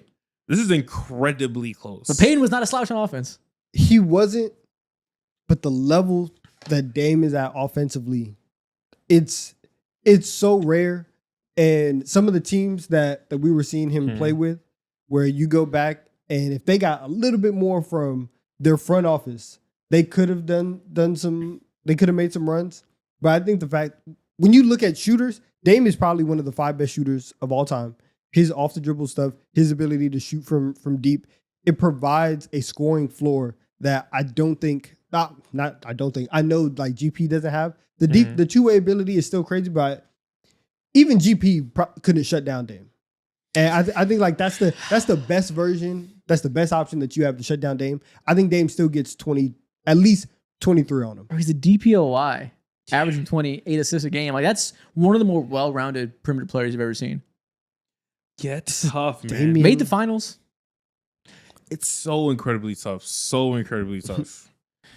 I don't. New combo. Would you rather have CJ McCollum or Sean Kemp? What? What are you talking about? For fair counterpoint. I'll go Gary Payton with the caveat that I'd rather have Sean Kemp than CJ McCollum. Oh, man. That's a close thought experiment though. Yeah, it's close. Isaiah Thomas or John Morant. So John Morant, no matter what. but What? with that 1 year of All NBA Isaiah Thomas, Yeah, I'm taking John Morant. you're taking 2022 John Morant over that Isaiah. I don't know if I would. If we're going, peak for peak, best year versus best year, I'm taking Isaiah Thomas. They're both obviously defensive liabilities, but Isaiah Thomas's level of being a defensive liability Fair. is like indefensible. Isaiah Thomas was scoring 50 in the playoffs. He was. I'm going IT. I'm not gonna lie. That 1 year of IT, there's a lot of players I'd pick over that. Yeah. Ja Morant hasn't quite hit that level where I say you have to pick Ja. Like, there's not one single year of Ja where he was that prolific of a scorer. And the clutch scoring from IT that year, where he was averaging like 8 or 9 points in the fourth quarter alone. Yeah. It was ridiculous. True engine of a half court offense. We've never seen Ja lead like a true high level offense. They've always won despite their half court offense. They got to the conference finals. I understand that. They beat John Wall. And Listen, it's Bradley 1 Beal. year versus 1 year. We're not talking about body of work here. I know. For a singular year, I think I'm still taking Ja. Pick the small guy. Listen, you guys got to reside with your king. I'm taking Ja. Y'all reside with your king. I'm taking Ja. Stay over there. I'm over here. No, I do think that level, like Ja hasn't hit that level, I don't think. Chris Paul versus Kyrie Irving. This one was a debate I all hate over this. Twitter. I saw this and it's like, oh, you guys are clearly 12. Yeah. You guys You're clearly clearly have not 12, seen or it. you've clearly never listened to somebody talk about basketball outside of points per game. I put this here just to talk about it. This is not a conversation. Chris Paul is light years ahead of Kyrie Irving, right? Yes. Yeah. Congratulations, Kyrie. He is the better ball handler, whatever. He has better handles, flashier handles, sure. He is the better 3-point shooter, absolutely. Better shooter in general. But outside of that, like Chris Paul got it, and it's by like a large chunk. You mentioned all those things that he's better at. Chris Paul is also a great handle, also a Exactly. great shooter, and then everything he does well, 1,000 times better Great at. defender. Yeah, that's the thing. People forget that he's also like an all NBA level defender as a young guy. So one of the best at the position as a defender, top 3 passer of all time, great scorer, great at elevating stars next to him, great at elevating role players next to him. Great Like, at elevating teams. It really not is even like close. Chris Paul goes to a place and instantly they win 10 more games and he boosts up every single franchise. It's the complete opposite. They're for like Kyrie. 3, like in an all-time conversation. They're like Chris Paul is 3 tiers above Kyrie. Yeah, and It's I think, that much of a gap. salute to Kyrie, great player all time, obviously top 65 player of all time, whatever you want to put him. Chris Paul, because he played for so long and so many young people remember the washed version of him, is probably going to go down as like the most underrated player of all time. I hope that doesn't happen. I hope No, that it is false. true though, because he doesn't have the rings, he doesn't have an MVP. It is gonna happen. Yeah. And maybe not most underrated player, but most underrated like all-time legend of all time. Mhm. There's role players people forgot about, probably more than him, that like whatever underrated means to you. But Yeah. among legends that are clearly top 40 players of all time, Chris Paul is the most disrespected. If you watch more than just highlights, you're taking Chris Paul. Easy. It's not even a conversation. Yeah, and it's not even just like Even at their best, like even if you go 2015 Kyrie versus 2015 Chris Paul, I'm still taking Chris Paul in that moment.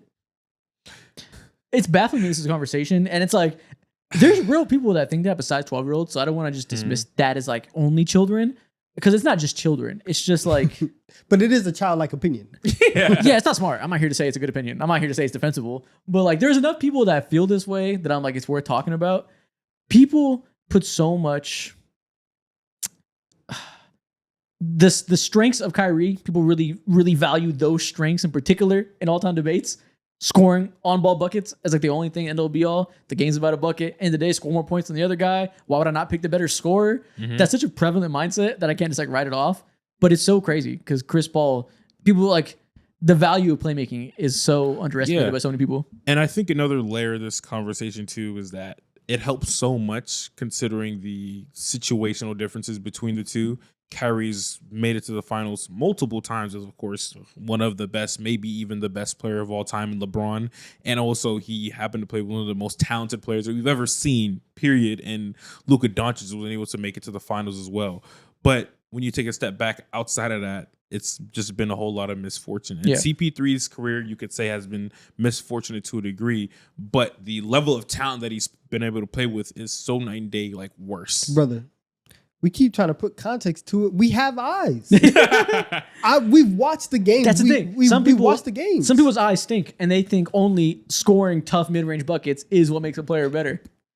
But Chris Paul, all he does is take Yeah, one that's all he bucket. do. So it's like, what are we talking about here? Like, if we're talking about running a pick and roll and getting to the elbow and taking that mid-range jumper and it going in every Chris single Paul's time. better at that. It's Chris Paul. Like, we should not be having that conversation. We talk about handles, like you said. Yes, Kyrie, best handles of all time. Chris Paul is on the short list in the top 10, whatever. Like he's there as well.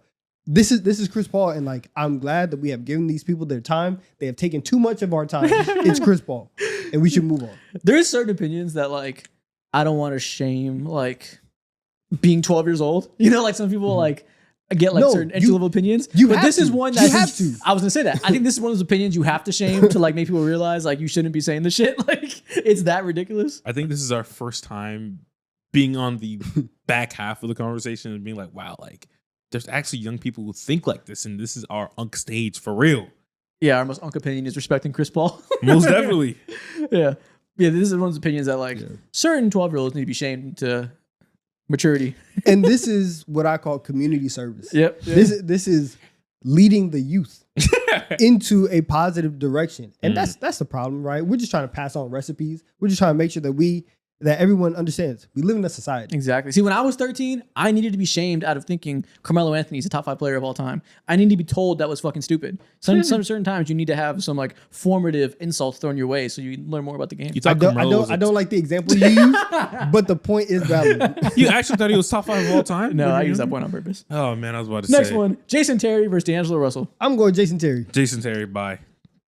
No conversation? No None. conversation. What are we talking about? You don't think D'Lo, if he could have played in that team, he could have gotten that off the dribble shooting off? No. Nope, too inconsistent. Too Stop this. inconsistent. Okay, Yeah, well, I fuck thought this. maybe it was a conversation. Never mind. JJ Barea versus TJ McConnell. This is a conversation. This is a conversation right And here. I'm going JJ Barea. These are combos need to be had. I'm going JJ Barea. I don't know. Only one of these guys locked up LeBron. only one of these guys sent LeBron into the worst moment of his career. I'm going JJ Barea. This other one was real close to sending Shai Gilgeous-Alexander into the worst moment of his career. Real close. This guy actually did it. Okay, fair enough. And know. JJ, listen, we're getting nasty into this. JJ Barea got a ring. We're using rings culture on backup point guards. I'm taking JJ Barea. I don't know. This is a hilarious conversation. Which 10-point scorer was better at their peak? Fuck, man. Also, I always respect JJ Barea because he took one for the team after Andrew Bynum was just knocked him out the air.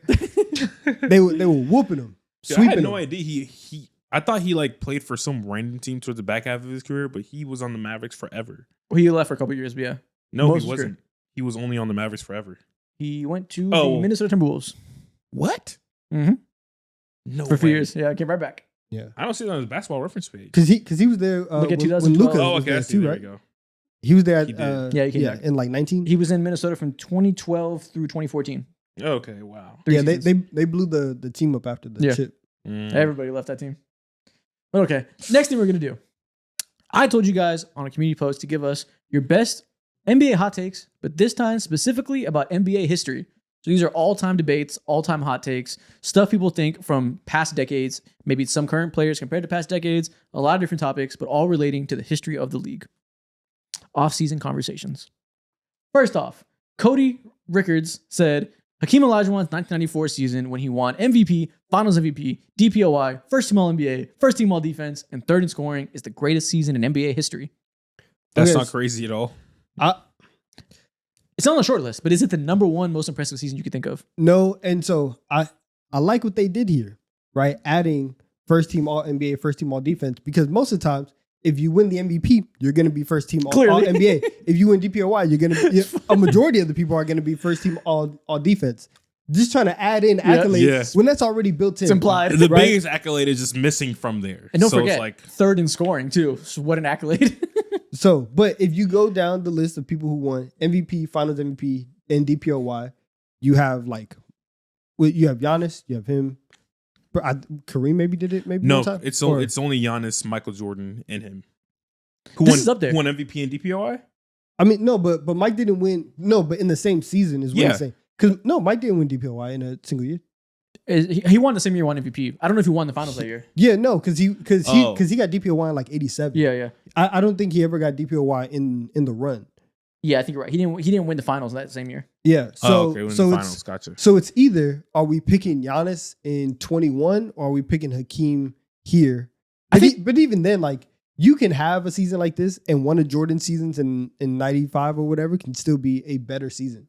Yeah, I mean, there's years in 1992, Jordan was third in DPOY. In 1993, he was second in DPOY, so it was striking distance. He just didn't win it, probably because people like Hakeem were winning it. But I think If we're counting third in scoring, I can count third exactly. in DPOY. Yeah, I think all guess things so. considered, with the carry job Hakeem did and how much that team was built around him as the only true like star. Obviously, it was a good team. People maybe downplayed it a little too much, but carry job and stars next to you, two-way level play, winning, who you beat, like this is a very worthy pick.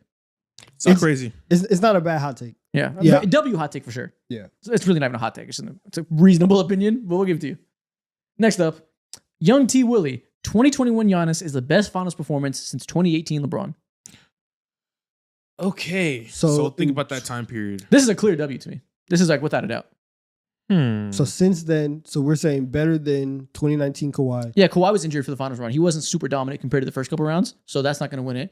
2020, LeBron and AD both went crazy, so I'm not. Oh, you're talking about run. I thought he was saying finals performance. That's what I meant. That's what I meant. Okay. Yeah, in 2020, Jokic in 23. maybe. I think the team was so overmatched. They beat the shit out of the Heat. I feel like with the comeback and how good the Suns were, I think Giannis carried a little bit more. Drew Holiday also kind of no-showed for a lot of that. Steph in 50-point 22. closeout game. Steph's the debate. Steph is the real conversation. Yeah. Steph's the debate in terms of like the moment, how much you had to carry, how good your opponent was. But I still think it's Giannis. Like the two-way performance, closing out 50 points in a game 7, memorable dunk, memorable block, was doing everything. I might give Giannis the nod just because Steph had, and it sucks because it happens every single finals. Steph had that one game where he couldn't shoot. Mm. First time, I think it was the first time in his career, had 0 threes in a playoff game. Damn. And they could, yeah. And Andrew Wiggins had to come in and save the day. Yeah. That's always. Steph would have so many more Finals MVPs if he didn't have those one games in each series. Yeah. And it's the same thing That here. 3-point variance get you. It's the same thing here. Fair. Make your shots. You are the greatest shooter of all time. It is. It happens. Nobody's immune from math. Relax. It's true. And so That's why I got Jokic. That's why he has inconsistencies, because he shoots a lot of threes, and threes are more variable than dunks. That's why. That is what it is. I don't know. I'm only joking. Not even joking. That's a part of the reason why a couple of weeks ago when we did our who's the best, if every NBA player was in their peak, I listened to Jokic at number 2 and I was jumped. Stuff like that. Well, good thing for Steph is he does a lot more besides shoot those threes. That helps him. But yeah, this is a very good opinion, I think.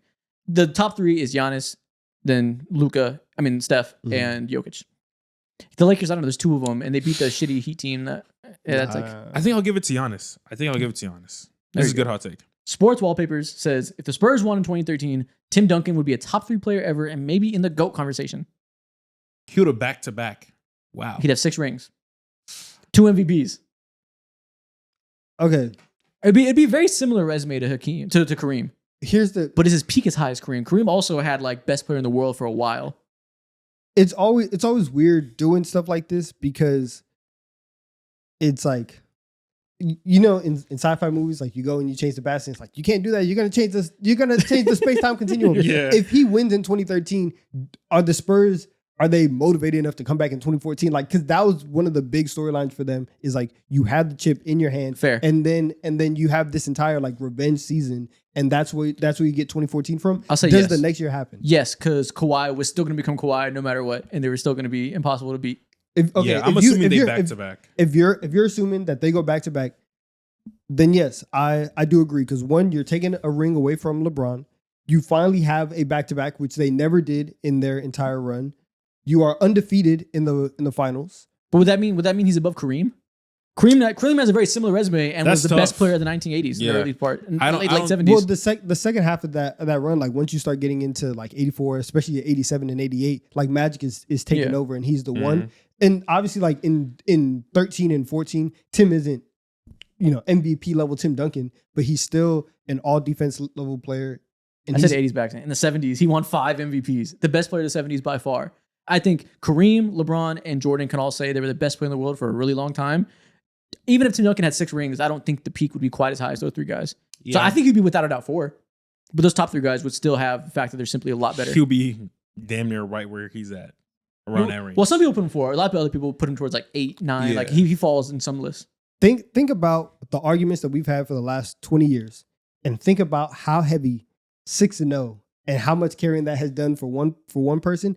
It would do a lot of carrying for Tim Duncan as well. It would. I think it would make him without a doubt 4. Just the top 3 guys without a doubt where they are. He would lock into 4 with no argument. I would put him 3. And so I think as a hot take, it's a W hot take. It is a good hot take. But man, Kareem has 5 MVPs. That's so crazy. Yeah, I'm still going with Kareem. He gonna be mad when I start calling them plumbers. Okay. Jeez. John Jake says, Hey brother, I appreciate you. Appreciate the submissions. On to the next. TLDR. Congratulations. Or I'm sorry if something bad happens. I ain't No, reading we all know that. that. The short version is the best defenders of today are better than the best defenders of past generations. Basically, because offenses are so much better now, offensive players are so much better now that the great defenders today are way better than the best defenders of all time from the 90s, 80s, etc. I don't think this is a hot take. This is just without a doubt true. This is just common sense. This is easily true. That's why I think Draymond is one of the best defensive players of all time. In the hardest era that they helped usher in of peak offensive basketball, he's maintained being the best defender, most versatile defender, and completely changing the game, neutralizing so many offenses along the way. And he even apply this to other perimeter players. You know how hard it is to be a great on-ball defender today when you can't hand check? Yeah, exactly. And with along with all those things that you said, it don't take none but just like 5-10 minutes of your time and watching. It doesn't matter what the era is, whether it be the 70s with Bill Walton or the 80s with Magic and all those guys. It doesn't matter because the offense just tends to be way more stationary back then. Way more stationary. Yeah. Defensive rules make it harder for defenders, and offenses are so much higher level today that, to me, Yeah. this is without a doubt. Yeah, I agree. Okay. Next one. James Harden is so hated that he might now be the most underrated player of all time. Underrated player of all time for James Harden. No, I'm not going so far as underrated just because we talked about it earlier. I do think Chris Paul is a little bit more underrated than James is. Okay, well, besides specifically number one, do you think James Harden is in that conversation? No, I don't think so. Because the renaissance is starting to happen. I feel like 3 or 4 years ago, that's when the hate was really like bubbling up, and I was leading the charge, and it was like, and it was like, yeah, like we got him. But now, as he's getting to like the back half of his career, you've seen people be like, he was averaging 40, he was winning MVPs, he was doing all this. So I don't think he's the most underrated player at this point.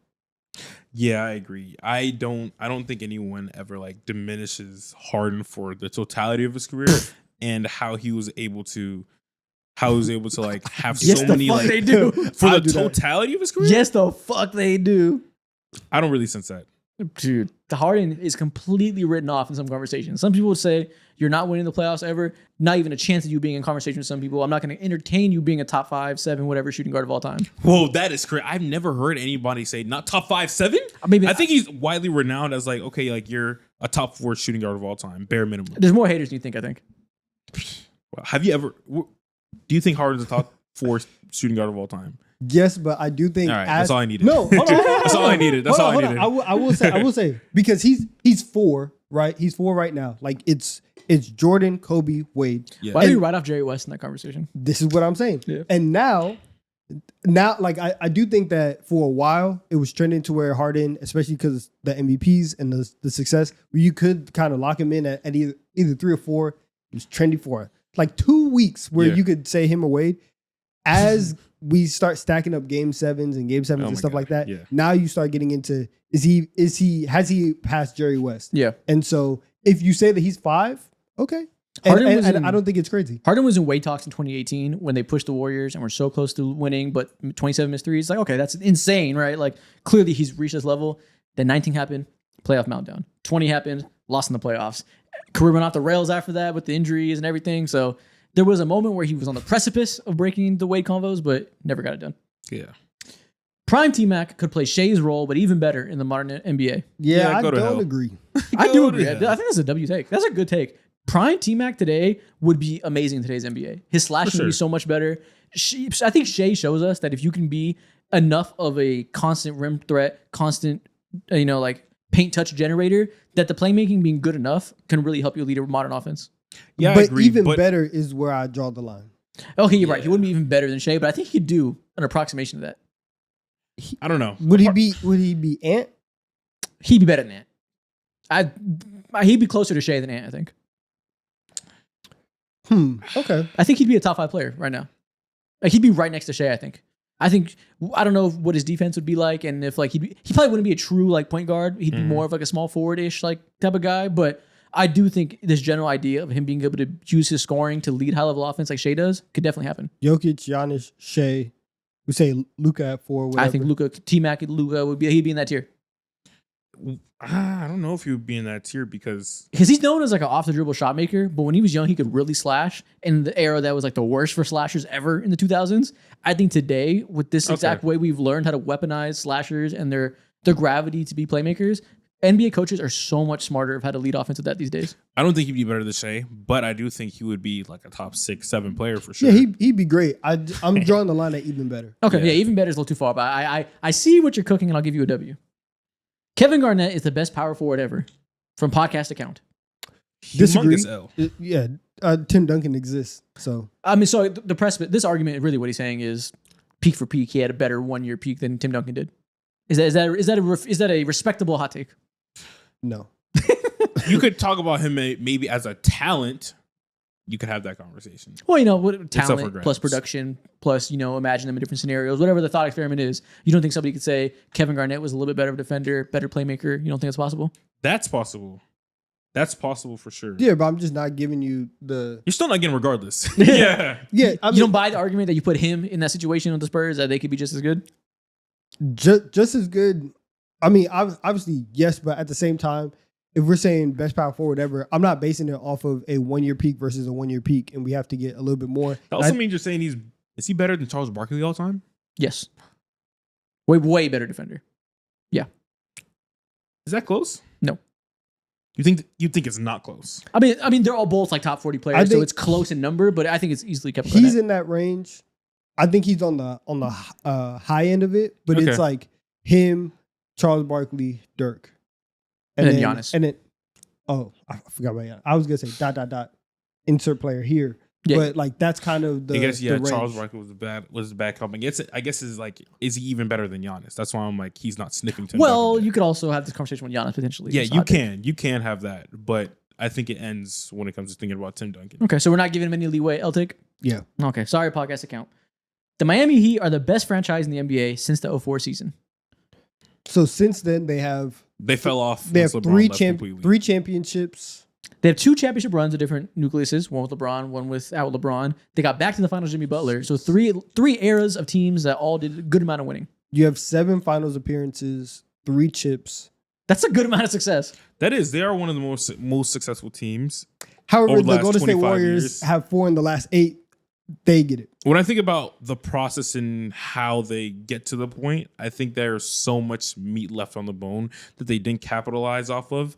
And I can't say that they are like the I don't best know. franchise. It's easy to say that now because they're between these eras. But the fact that they got to a finals with Jimmy Butler when they were dead in the water in like 2016, the fact that they got back to being finals level is kind of crazy.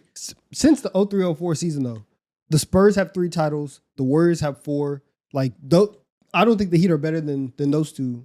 Like, Yeah, the argument wouldn't be that they're more successful than those two. It's that when you think about how they got to their success, the levers they pulled, the talent they won with, that it's more impressive and they did it more out of their like not professionalism, but like their skills as a front office than necessarily That's the thing. drafting Steph Curry. That's the thing. I don't think they pulled enough levers. Okay. And it compared to like the Spurs and the Golden State Warriors, like Yeah, there's like- almost nothing I could expect more from the Spurs specifically, and also I guess you could say the Warriors. yeah, and I'll take the Heat over the Warriors just because their success was a little bit more sustained. And so I guess that is a little bit more about like your organization and being able to adapt, where the Warriors is very much very recent. But the Spurs were able to keep winning. Like they were winning 50 games every single year. Like in terms of consistency, Yeah. they did it. So I think the Spurs are better than they are. Okay. The 2019 Raptors ring is not as impressive as so many seem to think. It was an amazing team, and it wasn't just Kawhi carrying. It diminishes the team by saying Kawhi carried. As our resident Canadian, how do you feel? I think it's impressive, but I can agree when it comes to it's just not Kawhi because they did midseason trade for someone who was just coming off of the end of his prime and Mark Gasol. They did have Norman Powell before he was like what we know him as to be today. Pascal Siakam was just like he was still developing, but he's not the player that he was at that time, but he was still amazing. Same thing for OG Anunoby. Fred VanVleet was there. Kyle Lowry was there. like during his peak years as well. That was a deep ass Serge Ibaka, incredibly deep team. Mhm. Yeah, Danny Green, ridiculous team, bro. You would have thought that Kyrie, the way people talk about it, you would have thought that Kawhi averaged 35 in the finals on like 80% true shooting, was insanely dominant. No one's ever seen it. Way more of a team victory than people treat it. So Yeah. I think the 2019 ring is more impressive for the team than people lead on, and a little bit less impressive for Kawhi than people lead Yeah, on. I think if you were to take Kawhi off of that team is still winning 50 games in the regular season. They did it the next year. They still were a great team the next year. Exactly. So yeah, I mean, again, it is a great ring by Kawhi, but people treat it like it's one of the best of all time, and I don't think that's the case. I think people forget that he got injured halfway through that run and was still good in the conference finals and finals, but it wasn't like otherworldly efficiency or anything. He took because I'm looking at it now in the reason people think about this is because round one he was a god against the Orlando Magic. He averaged 34 points per game. Wow. Yeah. 34 points per game against the Magic. Shot 53% from 3 and 56% from 2. Was insane. And then against Philly the next round. Oh, I didn't know, 27 points per game in that round against the Magic because he didn't play as many minutes. But the next round, it was 35 points per game against the Philadelphia 76ers on 57% effective field goal percentage. Game winner in game 7. Yeah. So those Yeah. first two rounds, he was ludicrous. The next two rounds were still good, 28 points per game, but the efficiency slowed down because his knee got injured. So I think people forget that the rest of that team really stepped up as the playoffs went on. Siakam stepped up a Fred lot. VanVleet. Stepped up a lot. Like He had a everybody did their kid, part. bro. And that's when he started the whole trend in the wave. Yeah. Milwaukee and Golden State was a team thing. But shout out Kawhi. Next one. Kevin Durant has a better all-time peak than Kobe Bryant's. Get this off my screen. I mean, just their abilities. It's not crazy. I think if you're looking at them like best 3-year peak versus best 3-year peak, they're both in like the top 12 of best players of all time. Yeah. It's really not crazy. I mean, it's not obviously resume. Kobe Bryant's much better, but like just ability, it's not crazy. They're within striking distance of each other. Sure, you can have that. I hope you sleep well at night. Y'all think this is crazy? This I isn't don't crazy. think it's crazy. I just think it's disrespectful. I I just don't want to don't- look at it. yeah. It's not disrespectful to say anybody is worse than Kevin Durant. Kevin Durant is maybe a top 5 peak of all time. It's certainly not disrespectful. Top 5 peak of all time. Of 3-year peaks, like when best scoring, defenders, playmakers, like in terms of just your abilities, like obviously team accomplishments, all the things that go into all-time rankings. I'm not saying Kevin Durant should be No, but ranked that highly. even top 5 peaks, I think is Yeah, is, that's a is a little- lot. Maybe not top 5, Little but too you know, much. top whatever the number is. I haven't thought about this. Whatever the number is of It's like like top 12. Yeah, definitely. Sure. Yeah, you can have that. But at this moment in time, I'm thinking about Kobe. I mean, obviously Jordan, LeBron, Shaq, Steph, Steph, Jokic. Jokic, and that's 5. And then where else are we going? Magic and Bird. I think Katie's entering these conversations. Kareem. Okay, yeah, 5 Yeah. piece. Okay, so that's 9. I think Katie enters the convo around like 10 or so. Again, he can get 12. He can get top 12. I just don't like this. It's- I don't know. He said, maybe you're right. I don't like it, so I'll take. Yeah. Not a fan. Win, lose, or draw, whatever the outcome is your question, I don't like you for Yeah. it. But I think they are very comparable in terms of Don't all-time ever comment again. yeah, maybe we can lean Kobe. It's hard because the era difference and the efficiency, but like Mhm. I think KD would probably be the most efficient scorer in the NBA in any era. No, it is. I will say, for KD to have a run, especially at 21, to get 4 straight scoring titles, Yeah, that's kind of That's- crazy. that's- and then do dumb. it again, winning rings later in your career when you're a much better defensive player and like more refined as a scorer, like less volume but more efficient. Like I don't even know what his best era is as a 3-year run. That's the hard part. I mean, it's very clear. It's the Golden State run. Yeah, but like you said, also when he was 22, he was a scoring leader every year. It's like that's also comparable. Shout out to him. Yeah, it's crazy. It's close. Larry Bird wouldn't be as good of a player as he was back then if he played in today's game. So obviously he'd still be great, but do you think today's game is necessarily conducive to Larry's skills as a like high post hub, mid-range block attacker off the dribble? Yeah, he'd eat. He'd eat because I think like you'd be able to use him in so many creative ways, especially as a passer and as a hub. With all the motion today too, all the cutters, his passing would be insane today. This is the worst take that we've seen so far. Yeah, I think he'd be amazing today. He'd average 10 assists a game, I think. I think his passing would Very be easily. I think he'd go down as the best passing small forward of all time if he played today. Yeah, this He is already the- might be that, but it would be consensus. Yeah, this is easily the worst take I see all day. I don't see one single skill of Larry Bird not translating and not being like heightened dramatically. Now, to be here. fair, he said isn't as great. He was like the best back then, so maybe he wouldn't be the best by far today. But I don't think he would translate very well today. he would be a top 2 player in my mind if he played today. Peak Larry Bird, he would be top 2. Yeah, it's hard. I mean, trying to like actually think about that, like Giannis and like how much things change over the years. I don't know. So maybe he wouldn't be the best player in the world. So He's frying Giannis. Like if they had like a playoff series and Giannis was like trying to guard him, which he wouldn't because Giannis don't. Yeah. Like he would get fried. That- in certain okay. in certain like one-on-one situations. And I'm just saying like if we're talking about like small forwards or like 6'10" tweeners, whatever, like Yeah. guys who have the ball, there's not a lot of guys who can stop Larry Bird. His scoring would still be as dominant. Like, if you told him, hey, you can shoot more threes, he'd knock them down. His passing would be great. Like he'd be just as good. He's averaging like 9 assists per game too. In this era. yeah, 30 and 9 every year. Ugh. He'd be amazing today. Kevin Durant. Oh, what's on here twice? NBA players that played in the 60s or later don't deserve to be in the top 20, no matter the accolades. Are we done with the 60s, no matter what? First of all, you wrote it incorrectly.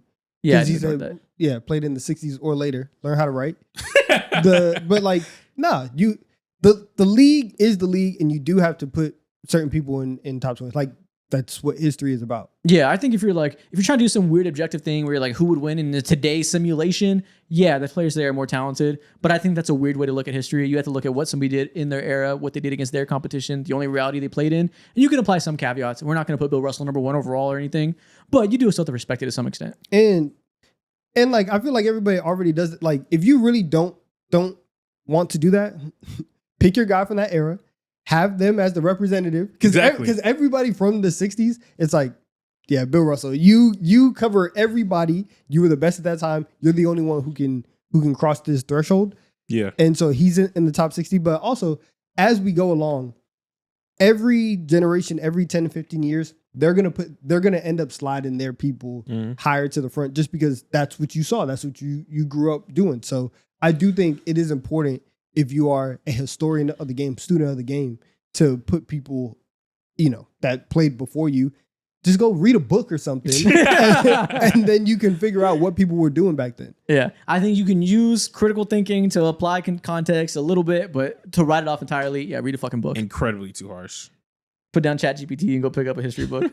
Please, Prime DeMar DeRozan would be just as good as Jordan if he played in Jordan's era. Now this is the worst take. brother, shut up. Yeah. This is the worst take that gets commonly spewed a lot as being like fact, and people were like, yeah, man, that's Jordan's just DeMar today. This is so stupid for so many reasons. Like, I don't even want to shit on DeMar. People do not understand the nuances of why Jordan was good. They think he was just a mid-range shooter or something. Like, they think he was just like, they imagine what old man Kobe was. Like, that's Jordan, like, for his whole career. And he played so differently when he was younger.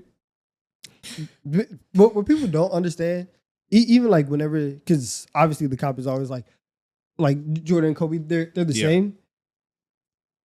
There is a legitimate gap, even with young Kobe, in terms of athleticism. Massive gap. Massive gap. Between Michael Jordan and young Kobe. Like Kobe is great because he's not one of the craziest athletes that you've ever seen. Obviously, he's a good athlete. He's an NBA player, whatever. But Michael Jordan is one of the best athletes to ever play in the league. To have that and the technical skill that he had, it's If night you and day. Were to plop DeMar DeRozan back in those Jordan teams, I don't think they're winning a single Clyde ring. Drexler, They're not that's winning a that's the singular comp. ring. Not even. Maybe they make it to the Eastern Conference Finals. well, Sure. yeah. That's the Yeah, I closest don't know, one. whatever.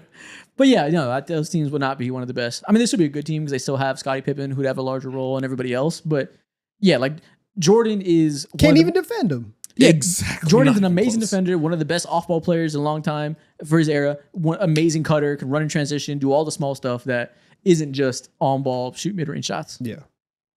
And that's the last one. Actually, no, one more. Oh, last one. If you go strictly off of eye test, Russell Westbrook would be in the GOAT conversation.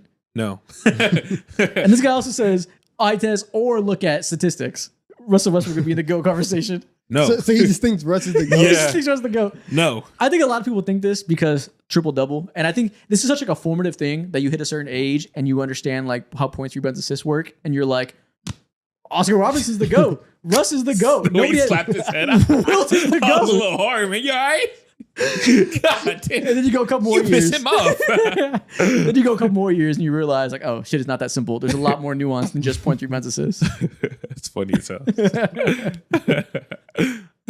I understand it now. This is such like a 2015 conversation for me personally. I promise you, it's peak 2018 conversation for me. Because Yeah. like when I was 12, like when I first found out about Wilt Chamberlain's stats, Yeah. I was like, surely that's the best player of all time, Exactly. right?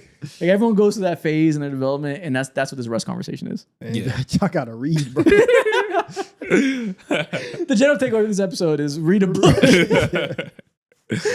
But no, yeah, I mean, I get why people want to put him in like, it's not even just a GOAT thing. That's like an extreme. But people say like a common thing I see in TikTok comments, again, TikTok comments, it's young people commenting it, is that Russ has one of the best peaks of all time.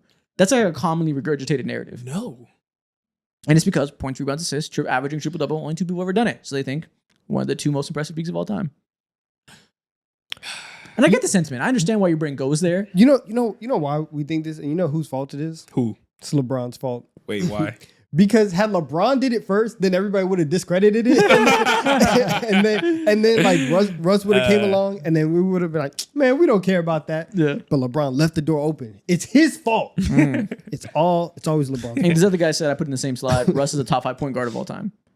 No. I mean, Way better than Chris Paul, Jason Kidd. He's right below Curry, Magic, IT. Come on. that's the best. Like, if you're trying to create a standard or have like a benchmark for where you want to put Russ, that's the best argument that he has. I don't believe it's true, but he's better than that than like Go. argument. Yeah, I guess so. Yeah. And again, I understand the Russ high peak thing. And I think like it's a great peak, obviously. Like it is impressive no matter what to be this floor raiser that can do a lot of things. Like Yeah. I talk a lot about points, rebounds, assists being like an outdated, like really like negligent way to talk about the game, but it doesn't mean nothing. So like it is a great peak, but yeah, there's so much more nuance that goes into playing team basketball and actually contributing to winning. You can go ahead and say he's one of the best floor raisers of all time, at like top 12-ish. And I'm like, sure. And we can't even say that. People gas that so much. At his position, let me say that. At his position. You got it. Maybe. But even then, like people gas so much that 1 year where the team barely made the playoffs. Like it's a great, impressive year. That's world even MVP. It's not one of the greatest floor raising seasons of all time. It's not like it's a prime Jokic year where they were contending or like top 3, like winning 50 games. The like, fans who are really in the weeds are not even talking about those years. They're talking about the year when he was able to drag Washington. the Wizards to the playoffs. Oh, that's even worse. Yeah. I'm gonna start with that stupid ass run. Yeah. But yeah, shout out Russ. But a lot of people commonly spew this as a common thing. Nasty work. I'll take. Next thing we're gonna do, we're gonna play a game of Keep 4, Cut 4 with young cores. So I got 8 young cores for you. List them off. You tell me which 4 you want to keep, which 4 you want to cut. All right, First off, the San Antonio Spurs. we're keeping that. Keeping them. Any young core with Victor Wembanyama is a young core Keep. I would like to be a part of. Keep. It would be nice to root for that. Keep. Let's do it. You sure? This is the best young core in the NBA because Wemby is there. Can I get a few more keeps? No. Los Angeles Lakers. We're Who's cutting the them. young core? Not Luke anymore because he's 26. Dalton Connect, Maybe Bronny 27? James, God. Thoreau. God. No. Yeah, we're cutting the Lakers. The Orlando Magic. We got to keep him. Yeah, I mean, listen, Franz and we Paolo? we hate on Yeah, Franz so- and his shooting and Paolo and talk about all the developments. They're still great. Like Yeah. they're both going to be all-stars this year. They still have 2 All-Stars. 2 All-Star level players. That's not easy And to do. Jalen Suggs. Yeah, Jalen Suggs is there too. And Actually, then how old is he? Jalen Suggs, he was drafted in 2021. He's So probably, and he's a probably little, like- he plays a few years in college. He's probably pushing 25, but I think he still counts. All right. Well, Yeah. we're keeping them. yeah, keeping him for sure. The Atlanta Hawks. You have 2 keeps gone already. We have to keep the Hawks. They're one of their oldest player on their team is Kristaps Porzingis. He's 30, and then it's Trae Young, who's 26. They got Risa, Dyson Daniels, Jalen Johnson, That's and a, Onyeka Okongwu. That's a good young core, but you only have 2 spots left. You got to keep him. It can go either way. you know You what? got to keep him. He got him. I'm gonna let him. They reset their bar, bro. I'm gonna let Last him week go. he's the one that sold. That's all I'm saying. Okay. Got to keep him. And keep in mind, I have this written down. I'm not cheating. You guys can see it. Okay. Washington Wizards. I have planted my flag. I'm firmly Wizards. Me FC. personally, I would cut them right now. I Understand? You only have I'm 1 keep spot left. I'm Wizards FC. Okay. I rock with if them. you do this, that means that Now, you mind, have now mind to you, cut the I'm next team. still trying to prove a point, so you got it wherever you want. Go ahead. Whatever I want. Go ahead. You know what? No, we can go ahead and be with No, Wizards no, FC. no. Be Wizards FC. Are you spending your last keep spot on the Wizards or not? You have one cut. We're arguing Three whose fault keeps. this is gonna be right now. And I refuse to We're say- not. We're gonna cut the Wizards. Okay, I was gonna say, just who's holding the grenade? Okay, Wizards are gone. The Brooklyn Nets, fresh Oh, off of drafting 3 point guards and a point forward center. You cut the Wizards?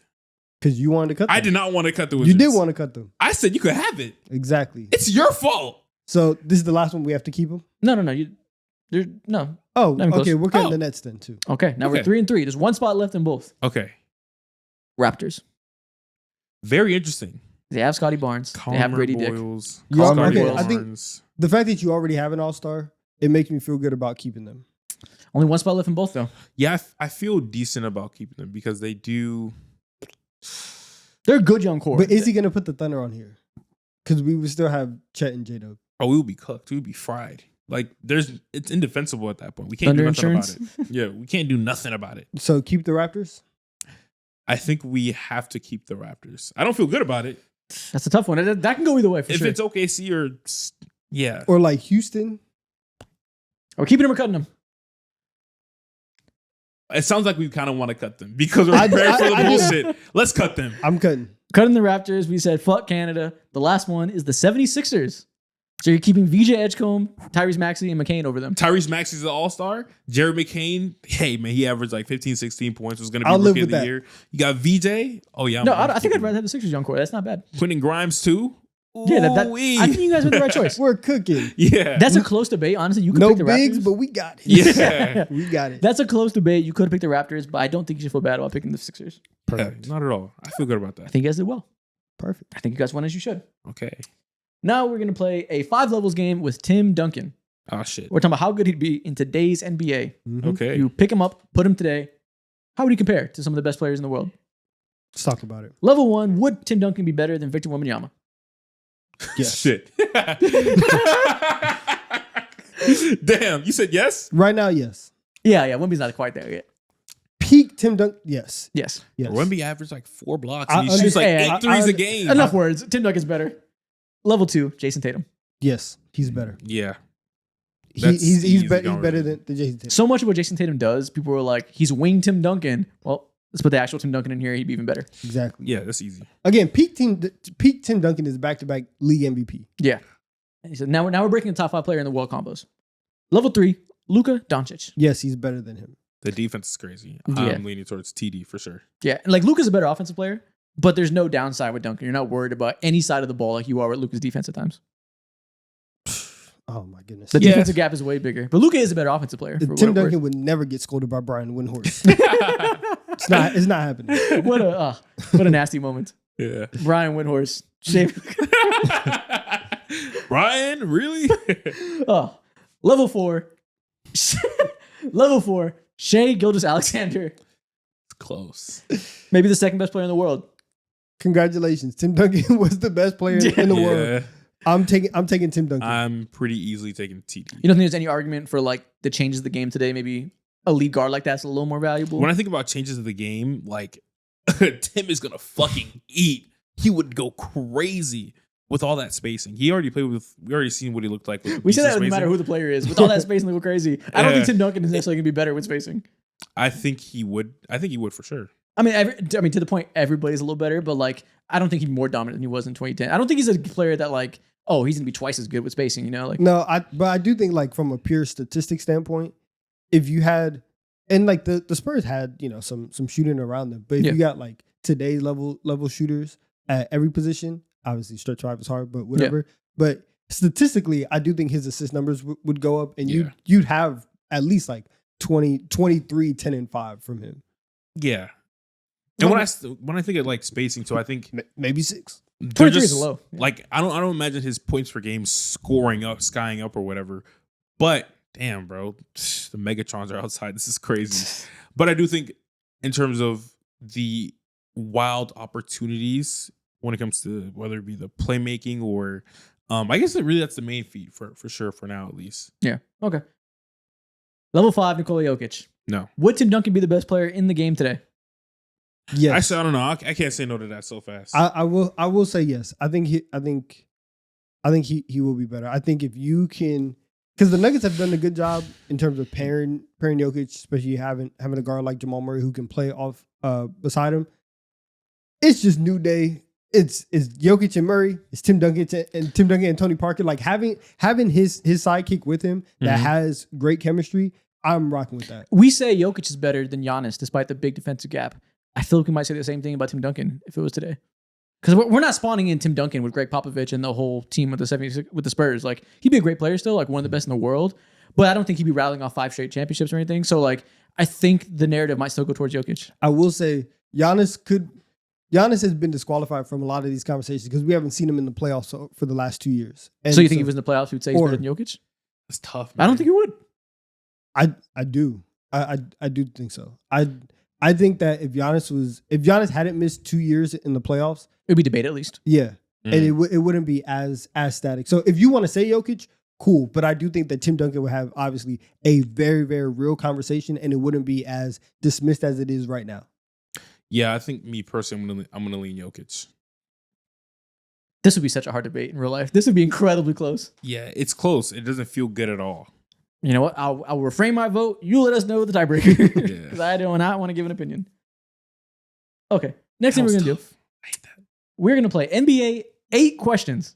You guys have 8 questions. I think of the player I'm thinking of. The lowest amount we've ever done.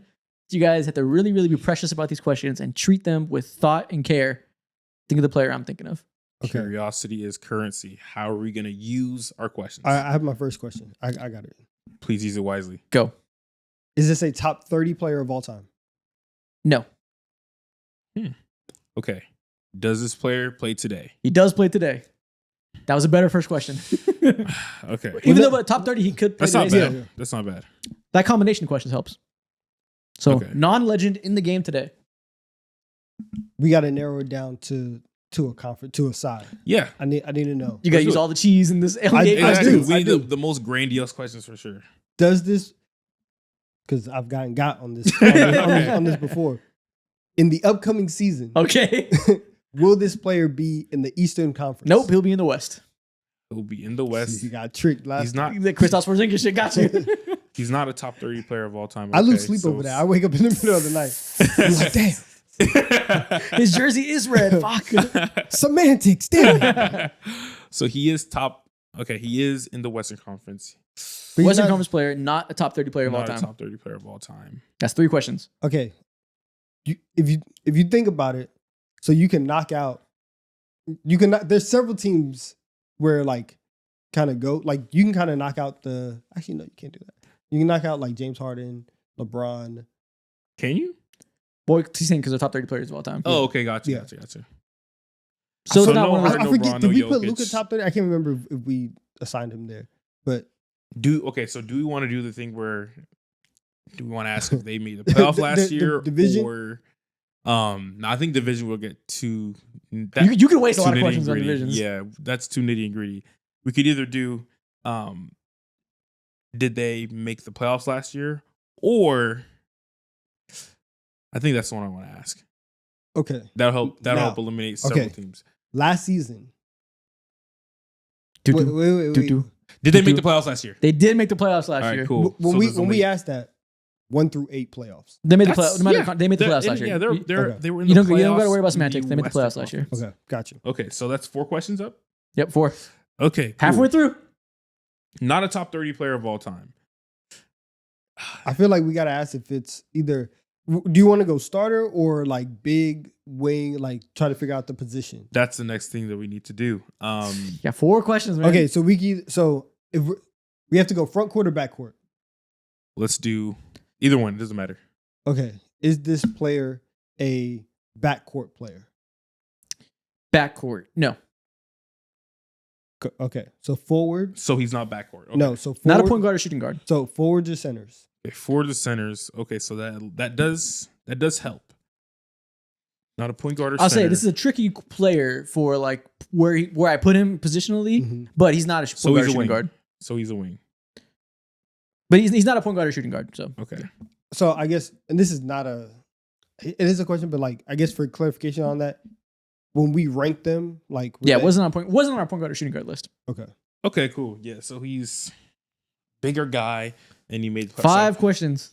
So who are the teams who made the playoffs last year? I'm getting nervous now. All right, so You got 2 more things you got to figure out. he started to Yeah. breathe hard. He's nervous. Yeah. So we have the Thunder, the Rockets, the Lakers, the Nuggets, Clippers, the Clippers, the Nuggets, the Timberwolves. Who's the 7th seed? Who's the Rocket? Oh, the Warriors. Yeah, Warriors. And then the 8th seed was the Grizzlies. Yep. oh shit. Okay. 2 questions left, and you got to guess. Fuck. So 2 descriptors, and then you guess. So he's a bigger guy. Bigger guy as well. Okay, we can either nail down teams or try to nail down position. Because if we nail down teams, then we can go and ask if they were in the top half of the bracket, if they had home court advantage in the first round, and then that would give us 4 teams. Let's do that. I like that. I like Okay. that thought process. Did this player, were they on a top 4 seed in the West last year? They were. This is, Okay, so Rockets. that's 6 questions up.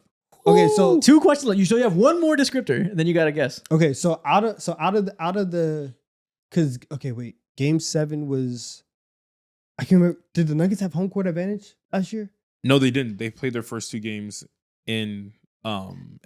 in LA? Okay, so Yeah. So it's a top 4 Western Conference team. Okay, cool. now, mind you, so I think that the only thing that we could do, because so the obviously like the Thunder moved on to the second round, and the Nuggets moved, or The Nuggets were the 4 seed. and the Nuggets moved on. Yeah. The Rockets and the Lakers did not. So if we ask if they move on, then we have 2 teams. You don't want to. 2 teams from each one. We can either pick teams or nail down like a player. I'm fine to- with the teams. I'm fine with the Or teams. is there a question that we can ask to nail down the player? That's not where I would go with it, but you guys do you. You have 1 question left before you got to guess. Okay. Do we want to? How will we nail down the player? How can we do that? You guys don't know how good the player is. That's kind of a hard. Yeah, we sure. got to ask either like starter or. Okay, let's do that before we. Well, this is the last question before we have to take our guess. Yeah. What's the most valuable information you can glean?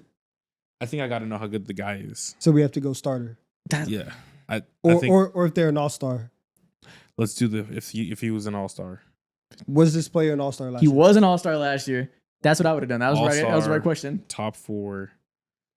So you know it's a non-point guard, shooting guard, all-star on a playoff team in the West.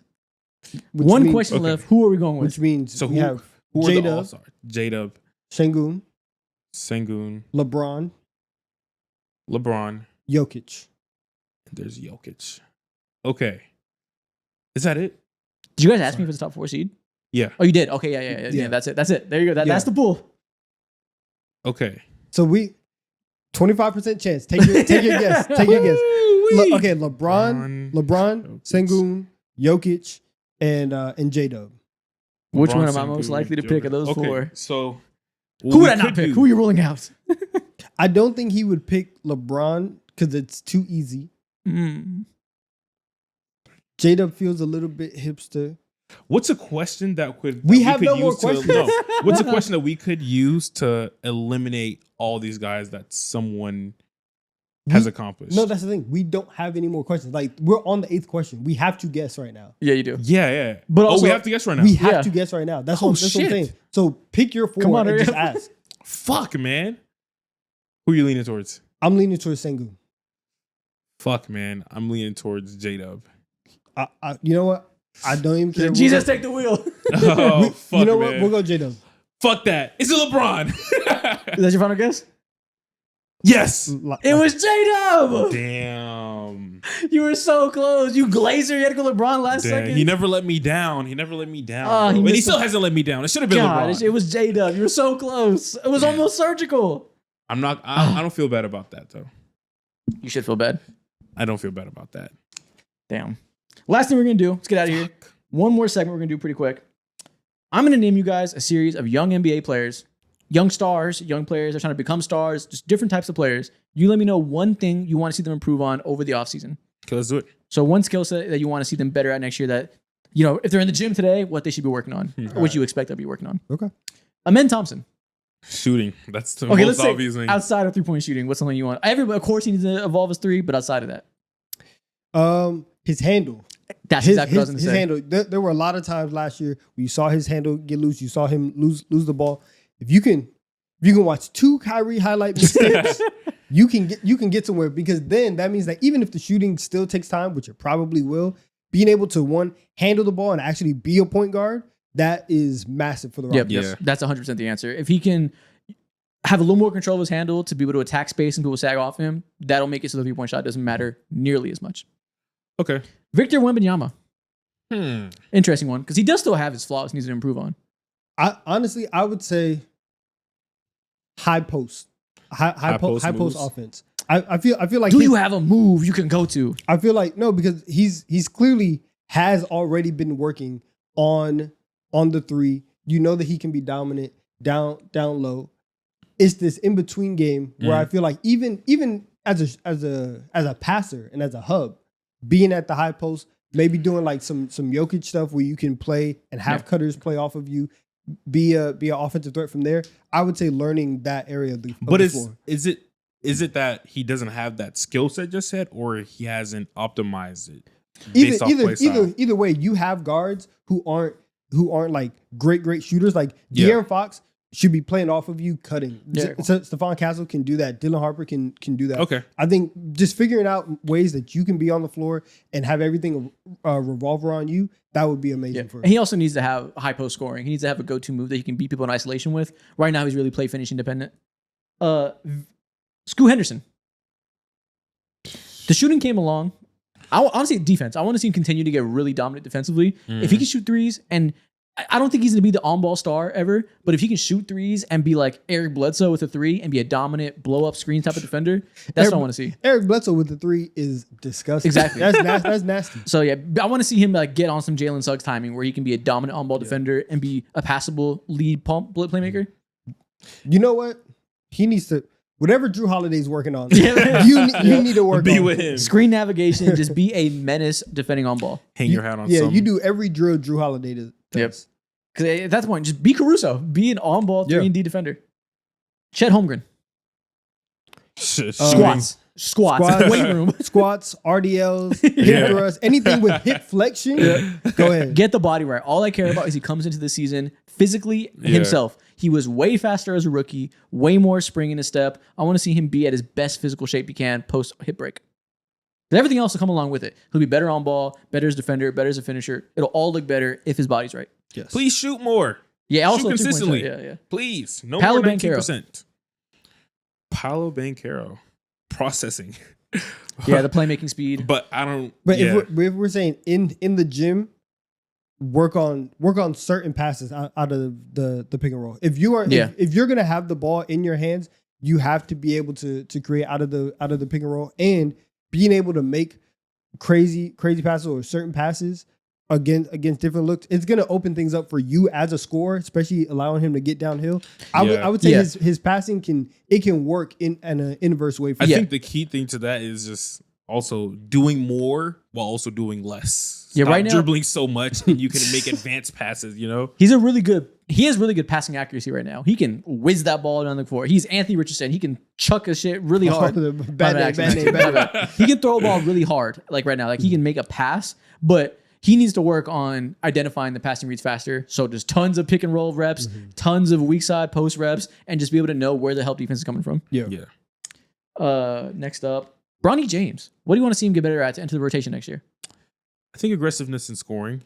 Yeah, Last there's also year- handle to some extent. Yeah, exactly. I agree with that. Those two definitely go hand in hand. I think he'll raise his ceiling a bar higher, several bars higher, if he was to be able to either get to his spots more or be more of a consistent shooter. Because he's already like proven to be a fine defender already. The 3-point shot is coming along. Hopefully, defense comes along. Being able to have the handle to aggressively get to the rim and be able to attack a closeout, that's the number one thing. I'd say get a floater. Get a Same type of thing. Yeah. Let's get an in between game to where even because I feel like every time I watch a highlight tape of Bronny, he's doing his move, he's getting to the mid range. Can we get 2-3 feet closer? Yeah. Rather than you taking like an 18-foot jumper off the dribble. Yeah. Cade Cunningham. All day. Okay. This is all I need. I need you to have the ball, right? Working on whatever shot you want. Have your trainer. 5-second timer. 5, 4, 3, 2, 1. Run it back. 5, 4, 3, 2, 1. Clutch situation. If we can get Cade off of Paul George ball game type of timing, and he's knocking down clutch shots, oh, we're good. Ball security too. not turning it over quite as much and being a little more secure with it. It kind of comes to the territory of his style of play is that he puts the ball in danger a lot. And you can live with it to some extent, but I think he's never going to have like the quickest first step to be like necessarily a top of the line efficient scorer. So if he can be like a mega ball security guy and like unlock that Chris Paul gene where it's 10 assists and like minimal turnovers, that's kind of how you make up for that lack of scoring efficiency. I think something that goes along that umbrella is being a good separator from your defender. And that just goes along with your handle. Yeah, and I think he'll always kind of that'll never be a strength for him, I don't think, because he's not the fastest guy in the world. So you kind of really have to win with strength, which really You don't have to be the fastest. Luka Sure, ain't sure. the fastest. He's the best separator in the game, though. Yeah, but he's also like the best ever at that. So I think Cade will never be amazing to that extent. He'll have to win with like strength and like tough looks, which is fine. So I think making up for it being like the best playmaker you can will be like the next path to a jump for me. LaMelo Ball. To some ankle implants. Can we get some robo legs? That's what I was gonna say. Just you have some, ankle like- flexibility. Ensure, you know what Ensure is? Yep. I That do. milk. Yeah, that Pedialyte. Yeah, like some Or of that. Pediasure. Pediasure, Ensure, something to strengthen up them bones. Anything, man. I No guess more so. basketball on concrete. None of that. It's hard, man. It's hard. Man, Jonathan Kuminga. thank you.